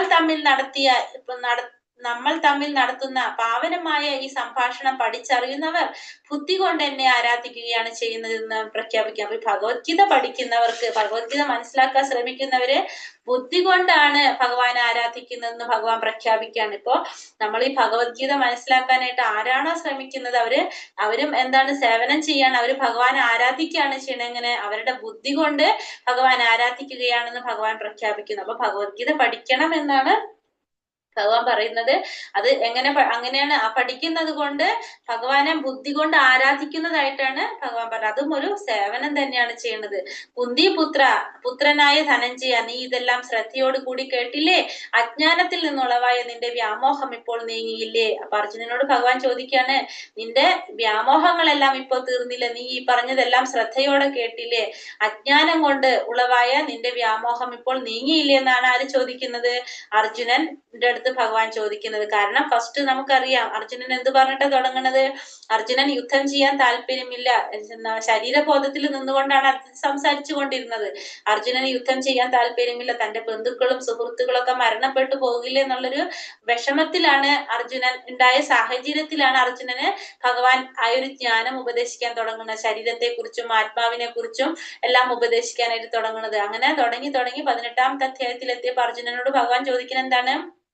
നീ ഇപ്പോ ഇതെല്ലാം ശ്രദ്ധയോട് കേട്ടപ്പോ നിന്റെ അജ്ഞാനത്തിൽ നിന്നുള്ളവായ നിന്റെ വ്യാമോഹം ഇപ്പൊ നീങ്ങിയില്ലേ എന്നാണ് അർജുനനോട് ഭഗവാൻ ചോദിക്കുന്നത്. കാരണം ഇപ്പൊ ഭഗവത്ഗീതയിൽ ഇപ്പൊ മനസ്സിലായി കഴിഞ്ഞു, അർജുനന് മനസ്സിലായി കഴിഞ്ഞു. കാരണം ആ ഒരു ജ്ഞാനം നേടിയപ്പോ താൻ ആരാണെന്നും തന്റെ ലക്ഷ്യം എന്താണെന്നും താൻ എന്താണ് പ്രവർത്തിക്കേണ്ടത് എന്നൊക്കെ ആർക്ക് മനസ്സിലായി? അർജുനന് മനസ്സിലായില്ലേ എന്നാണ് ഇവിടെ ഭഗവാന്റെ ചോദ്യം വന്നിരിക്കുന്നത്. അപ്പൊ ഭഗവാനാണ് നമുക്ക് ഭഗവത്ഗീത പറഞ്ഞു തരുന്നത്. ആരാണ്? ഭഗവാനാണ് പറഞ്ഞത്. അപ്പൊ ഉപദേശം സ്വീകരിച്ചെന്ന് അദ്ദേഹത്തിന്റെ പൊരുൾ ഉൾക്കൊണ്ടെന്ന് കൃഷ്ണൻ അറിയാൻ വേണ്ടിയിട്ടാണ് ഭഗവാൻ അർജുനനോട് കൊടുത്ത ഈ ഉപദേശങ്ങള് അർജുനന് ശരിയായ രീതിയിൽ ഉൾക്കൊള്ളാൻ സാധിച്ചു എന്ന് അറിയാൻ വേണ്ടിയിട്ടാണ് ഇവിടെ ഈ ഒരു ചോദ്യം ആര് ചോദിക്കുന്നത്? ഭഗവാൻ ചോദിക്കുന്നത്. അപ്പൊ അർജുനൻ എന്താ പറയണത്? അല്ലയോ പ്രിയപ്പെട്ട കൃഷ്ണ, ഹേ അച്യുത, ഇപ്പോൾ എന്റെ വ്യാമോഹം തീർന്നു, അങ്ങയുടെ കരുണ കൊണ്ട് ബുദ്ധി തിരിച്ചു കിട്ടി, ഞാൻ ഇപ്പോൾ ദൃഢനും സംശയരഹിതനുമാണ്, അങ്ങയുടെ ആജ്ഞയനുസരിച്ച് പ്രവർത്തിക്കാൻ തയ്യാറായിരിക്കുന്നു. അപ്പൊ ഇവിടെ അർജുനൻ പറയാണ്, എന്റെ വ്യാമോഹങ്ങളൊക്കെ തീർന്നു. എനിക്കിപ്പോ ബുദ്ധി തിരിച്ചു കിട്ടി. ഞാനിപ്പോൾ ദൃഢനുമാണ്, സംശയരഹിതം. എന്റെ സംശയങ്ങളെല്ലാം തീർന്നു. എനിക്ക് ബുദ്ധി തിരിച്ചു കിട്ടി. ഞാനിപ്പോ ദൃഢനിശ്ചയത്തോടെ അങ്ങയുടെ ആജ്ഞ അനുസരിച്ച് പ്രവർത്തിക്കാനായിട്ട് തയ്യാറാണ് എന്ന് പറയാണ്. ആരിവിടെ? അർജുനൻ ഭഗവാനോട് പറഞ്ഞു. അപ്പൊ ഒരു ജീവാത്മാവിന്റെ റെപ്രസെന്റ് ചെയ്തുകൊണ്ടാണ്, ഒരു ജീവാത്മാവിനെ റെപ്രസെന്റ് ചെയ്തുകൊണ്ടാണ്, പ്രതിനിധീകരിച്ചുകൊണ്ടാണ് അർജുനനോട് സംസാരിക്കുന്നത്. അപ്പൊ അർജുനൻ പറയാണ്, എന്റെ വ്യാമോഹങ്ങളെല്ലാം മാറി, ഇപ്പൊ എന്റെ കൺഫ്യൂഷനുകളെല്ലാം തീർന്നു. അങ്ങയുടെ കാരുണ്യം കൊണ്ട് എന്റെ ബുദ്ധി എനിക്ക് തിരിച്ചു കിട്ടി. ഇപ്പൊ ഞാൻ ദൃഢനിശ്ചയത്തോടെ പ്രവർത്തിക്കാനായിട്ട്, അങ്ങയുടെ ആജ്ഞ അനുസരിച്ച് പ്രവർത്തിക്കാനായിട്ട് തയ്യാറാണ്. അപ്പൊ അർജുനൻ സ്വയം സമർപ്പിക്കുകയാണ് ഇവിടെ ചെയ്യുന്നത്. ഇനി ഭഗവാന്റെ ആജ്ഞ അനുസരിച്ച് പ്രവർത്തിക്കാനായിട്ട് അർജുനൻ തയ്യാറാണെന്ന് പറയാണ്. അപ്പൊ എല്ലാവരുടെയും ആ ഉള്ളിലെ ഒരു വ്യാമോഹം അർജുനന് ഉണ്ടായിരുന്നു. അർജുനന്റെ ഒരു വ്യാമോഹം മാറാണ് ചെയ്യണത്. ഇപ്പൊ ഭഗവാൻ അർജുനന്റെ എല്ലാ സംശയങ്ങളുടെ തീരാണ് ചെയ്യുന്നത്. ആ ഒരു ബുദ്ധി കിട്ടാണ്. ഇപ്രകാരം ഈ സഞ്ജയൻ പറയാണ്, ഇപ്രകാരം മഹാത്മാക്കളായ കൃഷ്ണാർജുനന്മാർ തമ്മിൽ നടന്ന ഈ സംഭാഷണം ഞാൻ കേട്ടു.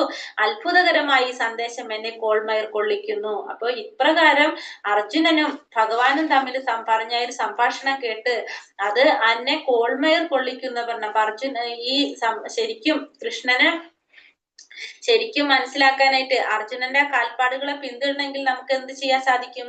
സന്തുഷ്ടമായിട്ടുള്ള ഒരു ജീവിതം നമുക്ക് കിട്ടും, കൃഷ്ണനെ മനസ്സിലാക്കി കഴിഞ്ഞ. അപ്പൊ ആ ഒരു പാത നമ്മൾ പിന്തുടരാനായിട്ട് തയ്യാറാകണം. സഞ്ജയന് ഈ ബോധം ഉണ്ടായിരുന്നു. അതുകൊണ്ട് തന്നെ തനിക്ക് വ്യക്തമാക്കപ്പെട്ട ഈ സംഭാഷണം അയാൾ ധൃതരാഷ്ട്രക്ക് പറഞ്ഞു കൊടുക്കുകയാണ് ചെയ്യുന്നത്. ആ കൃഷ്ണനും അർജുനനും ഉള്ളത് എവിടെയാണ്, അവിടെ വിജയം ഉണ്ടാകുമെന്നും ആര് പറയാണ്? സഞ്ജയൻ പറയാണ് ഇവിടെ. അപ്പൊ ഇപ്രകാരം മഹാത്മാക്കളായ കൃഷ്ണാർജുനന്മാർ തമ്മിൽ നടത്തിയ സംഭാഷണം ഞാൻ കേട്ടു.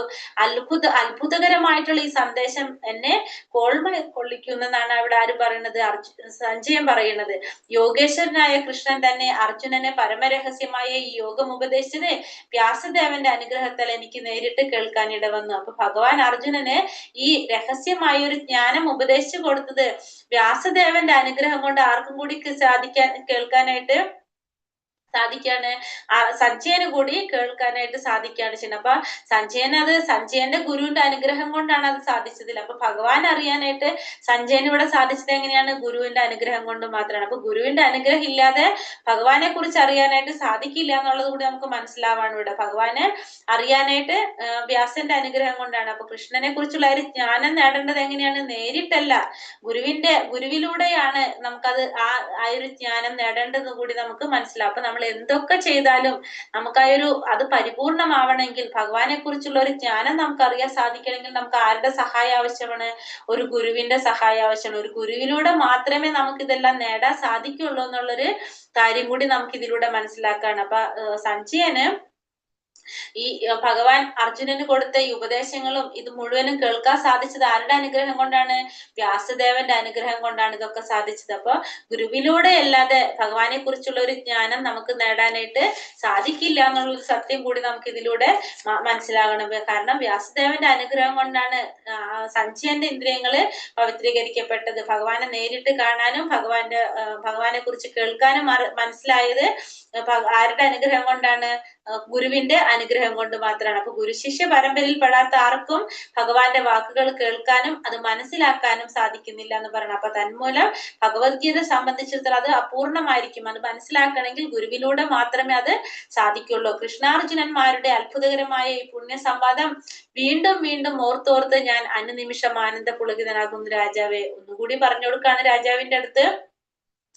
കൃഷ്ണനും അർജുനനും തമ്മിലുള്ള അത്ഭുതകരമായിട്ടുള്ള പുണ്യ സംവാദം വീണ്ടും വീണ്ടും ഓർത്തോർത്ത് അനുനിമിഷം ആനന്ദപുളകിതനാകുന്നു. അത്രയും ഒരു സന്തോഷമാണ് ആരോട് പ്രകടിപ്പിക്കുന്നത്?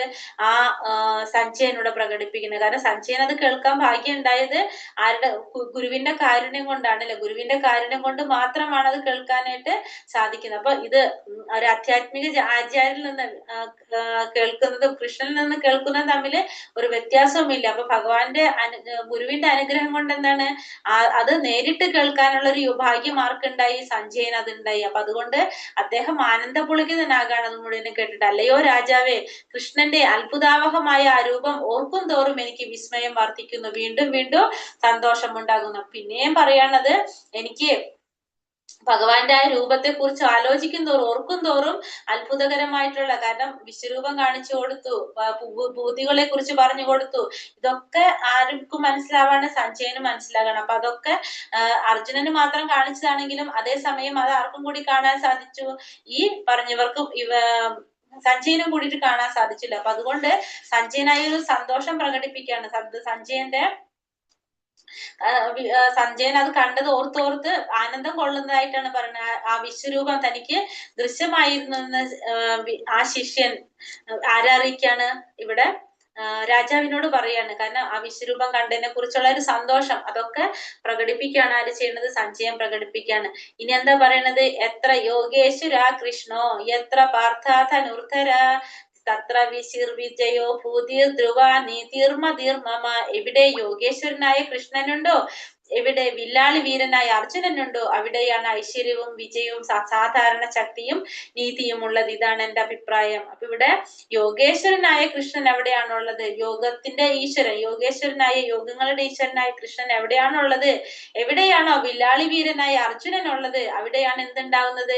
ഐശ്വര്യം ഉണ്ടാകുന്നത്, വിജയം ഉണ്ടാകുന്നത്, പിന്നെ അസാധാരണമായ ശക്തിയും നീതിയും ഉള്ളത്. ഇതാണ് ആരുടെ അഭിപ്രായം? ഇത് സഞ്ജയന്റെ അഭിപ്രായത്തിൽ പറയാണ്. അപ്പൊ ധൃതരാഷ്ട്രോട് ഒരു ചോദ്യത്തോടു കൂടിയാണ് നമ്മുടെ ഭഗവത്ഗീത തുടങ്ങുന്നത്. ലാസ്റ്റ് സഞ്ജയൻ എന്ത് പറഞ്ഞ് അവസാനിപ്പിക്കുകയാണ്? എവിടെയാണോ കൃഷ്ണനുള്ളത്, അർജുനനുള്ളത്, വില്ലാളി വീരനായിട്ടുള്ള അർജുനനുള്ളത്, അവിടെ ഐശ്വര്യവും വിജയവും ഉണ്ടാകും. അസാധാരണമായ ശക്തിയും നീതിയും ഉള്ളത് അവിടെ തന്നെയായിരിക്കും, അവിടെയായിരിക്കും വിജയം ഉണ്ടാകുന്നതെന്ന് ആര് പറയാണ്? സഞ്ജയൻ എടുത്ത് പറയണം. അപ്പൊ കൃഷ്ണൻ എവിടെയുണ്ടോ അവിടെ ഐശ്വര്യം ഉണ്ടാകും, അവിടെ വിജയം ഉണ്ടാകും. പിന്നെ അവിടെ ആരുടെ? വില്ലാളി വീരനായിട്ടുള്ള അർജുനനുണ്ടാവും. അർജുനനും ഭഗവാനും എവിടെയുണ്ടോ അവിടെ വിജയം ഉണ്ടാകും എന്നുള്ളതാണ് ആര് പറയുന്നത്? സഞ്ജയൻ പറയുന്നത്. ഗീതാ മഹാത്മ്യത്തെ കുറിച്ച് ഒന്നും കൂടി പറയാണ്. ഗീതാ ശാസ്ത്രമിതം പുണ്യം യപ്പഠേത് പ്രയതപ്പുമാൻ വിഷ്ണോ പദമവാപ്നോതി ഭയശോകാതിവർജിതഃ. പവിത്രമായ ഗീതാശാസ്ത്രത്തെ പ്രയത്നപൂർവ്വം പഠിക്കുന്നവൻ ഭയശോകങ്ങളിൽ നിന്നും മുക്തനായി ഭഗവാന്റെ പാദം പോകാനായിട്ട് സാധിക്കും.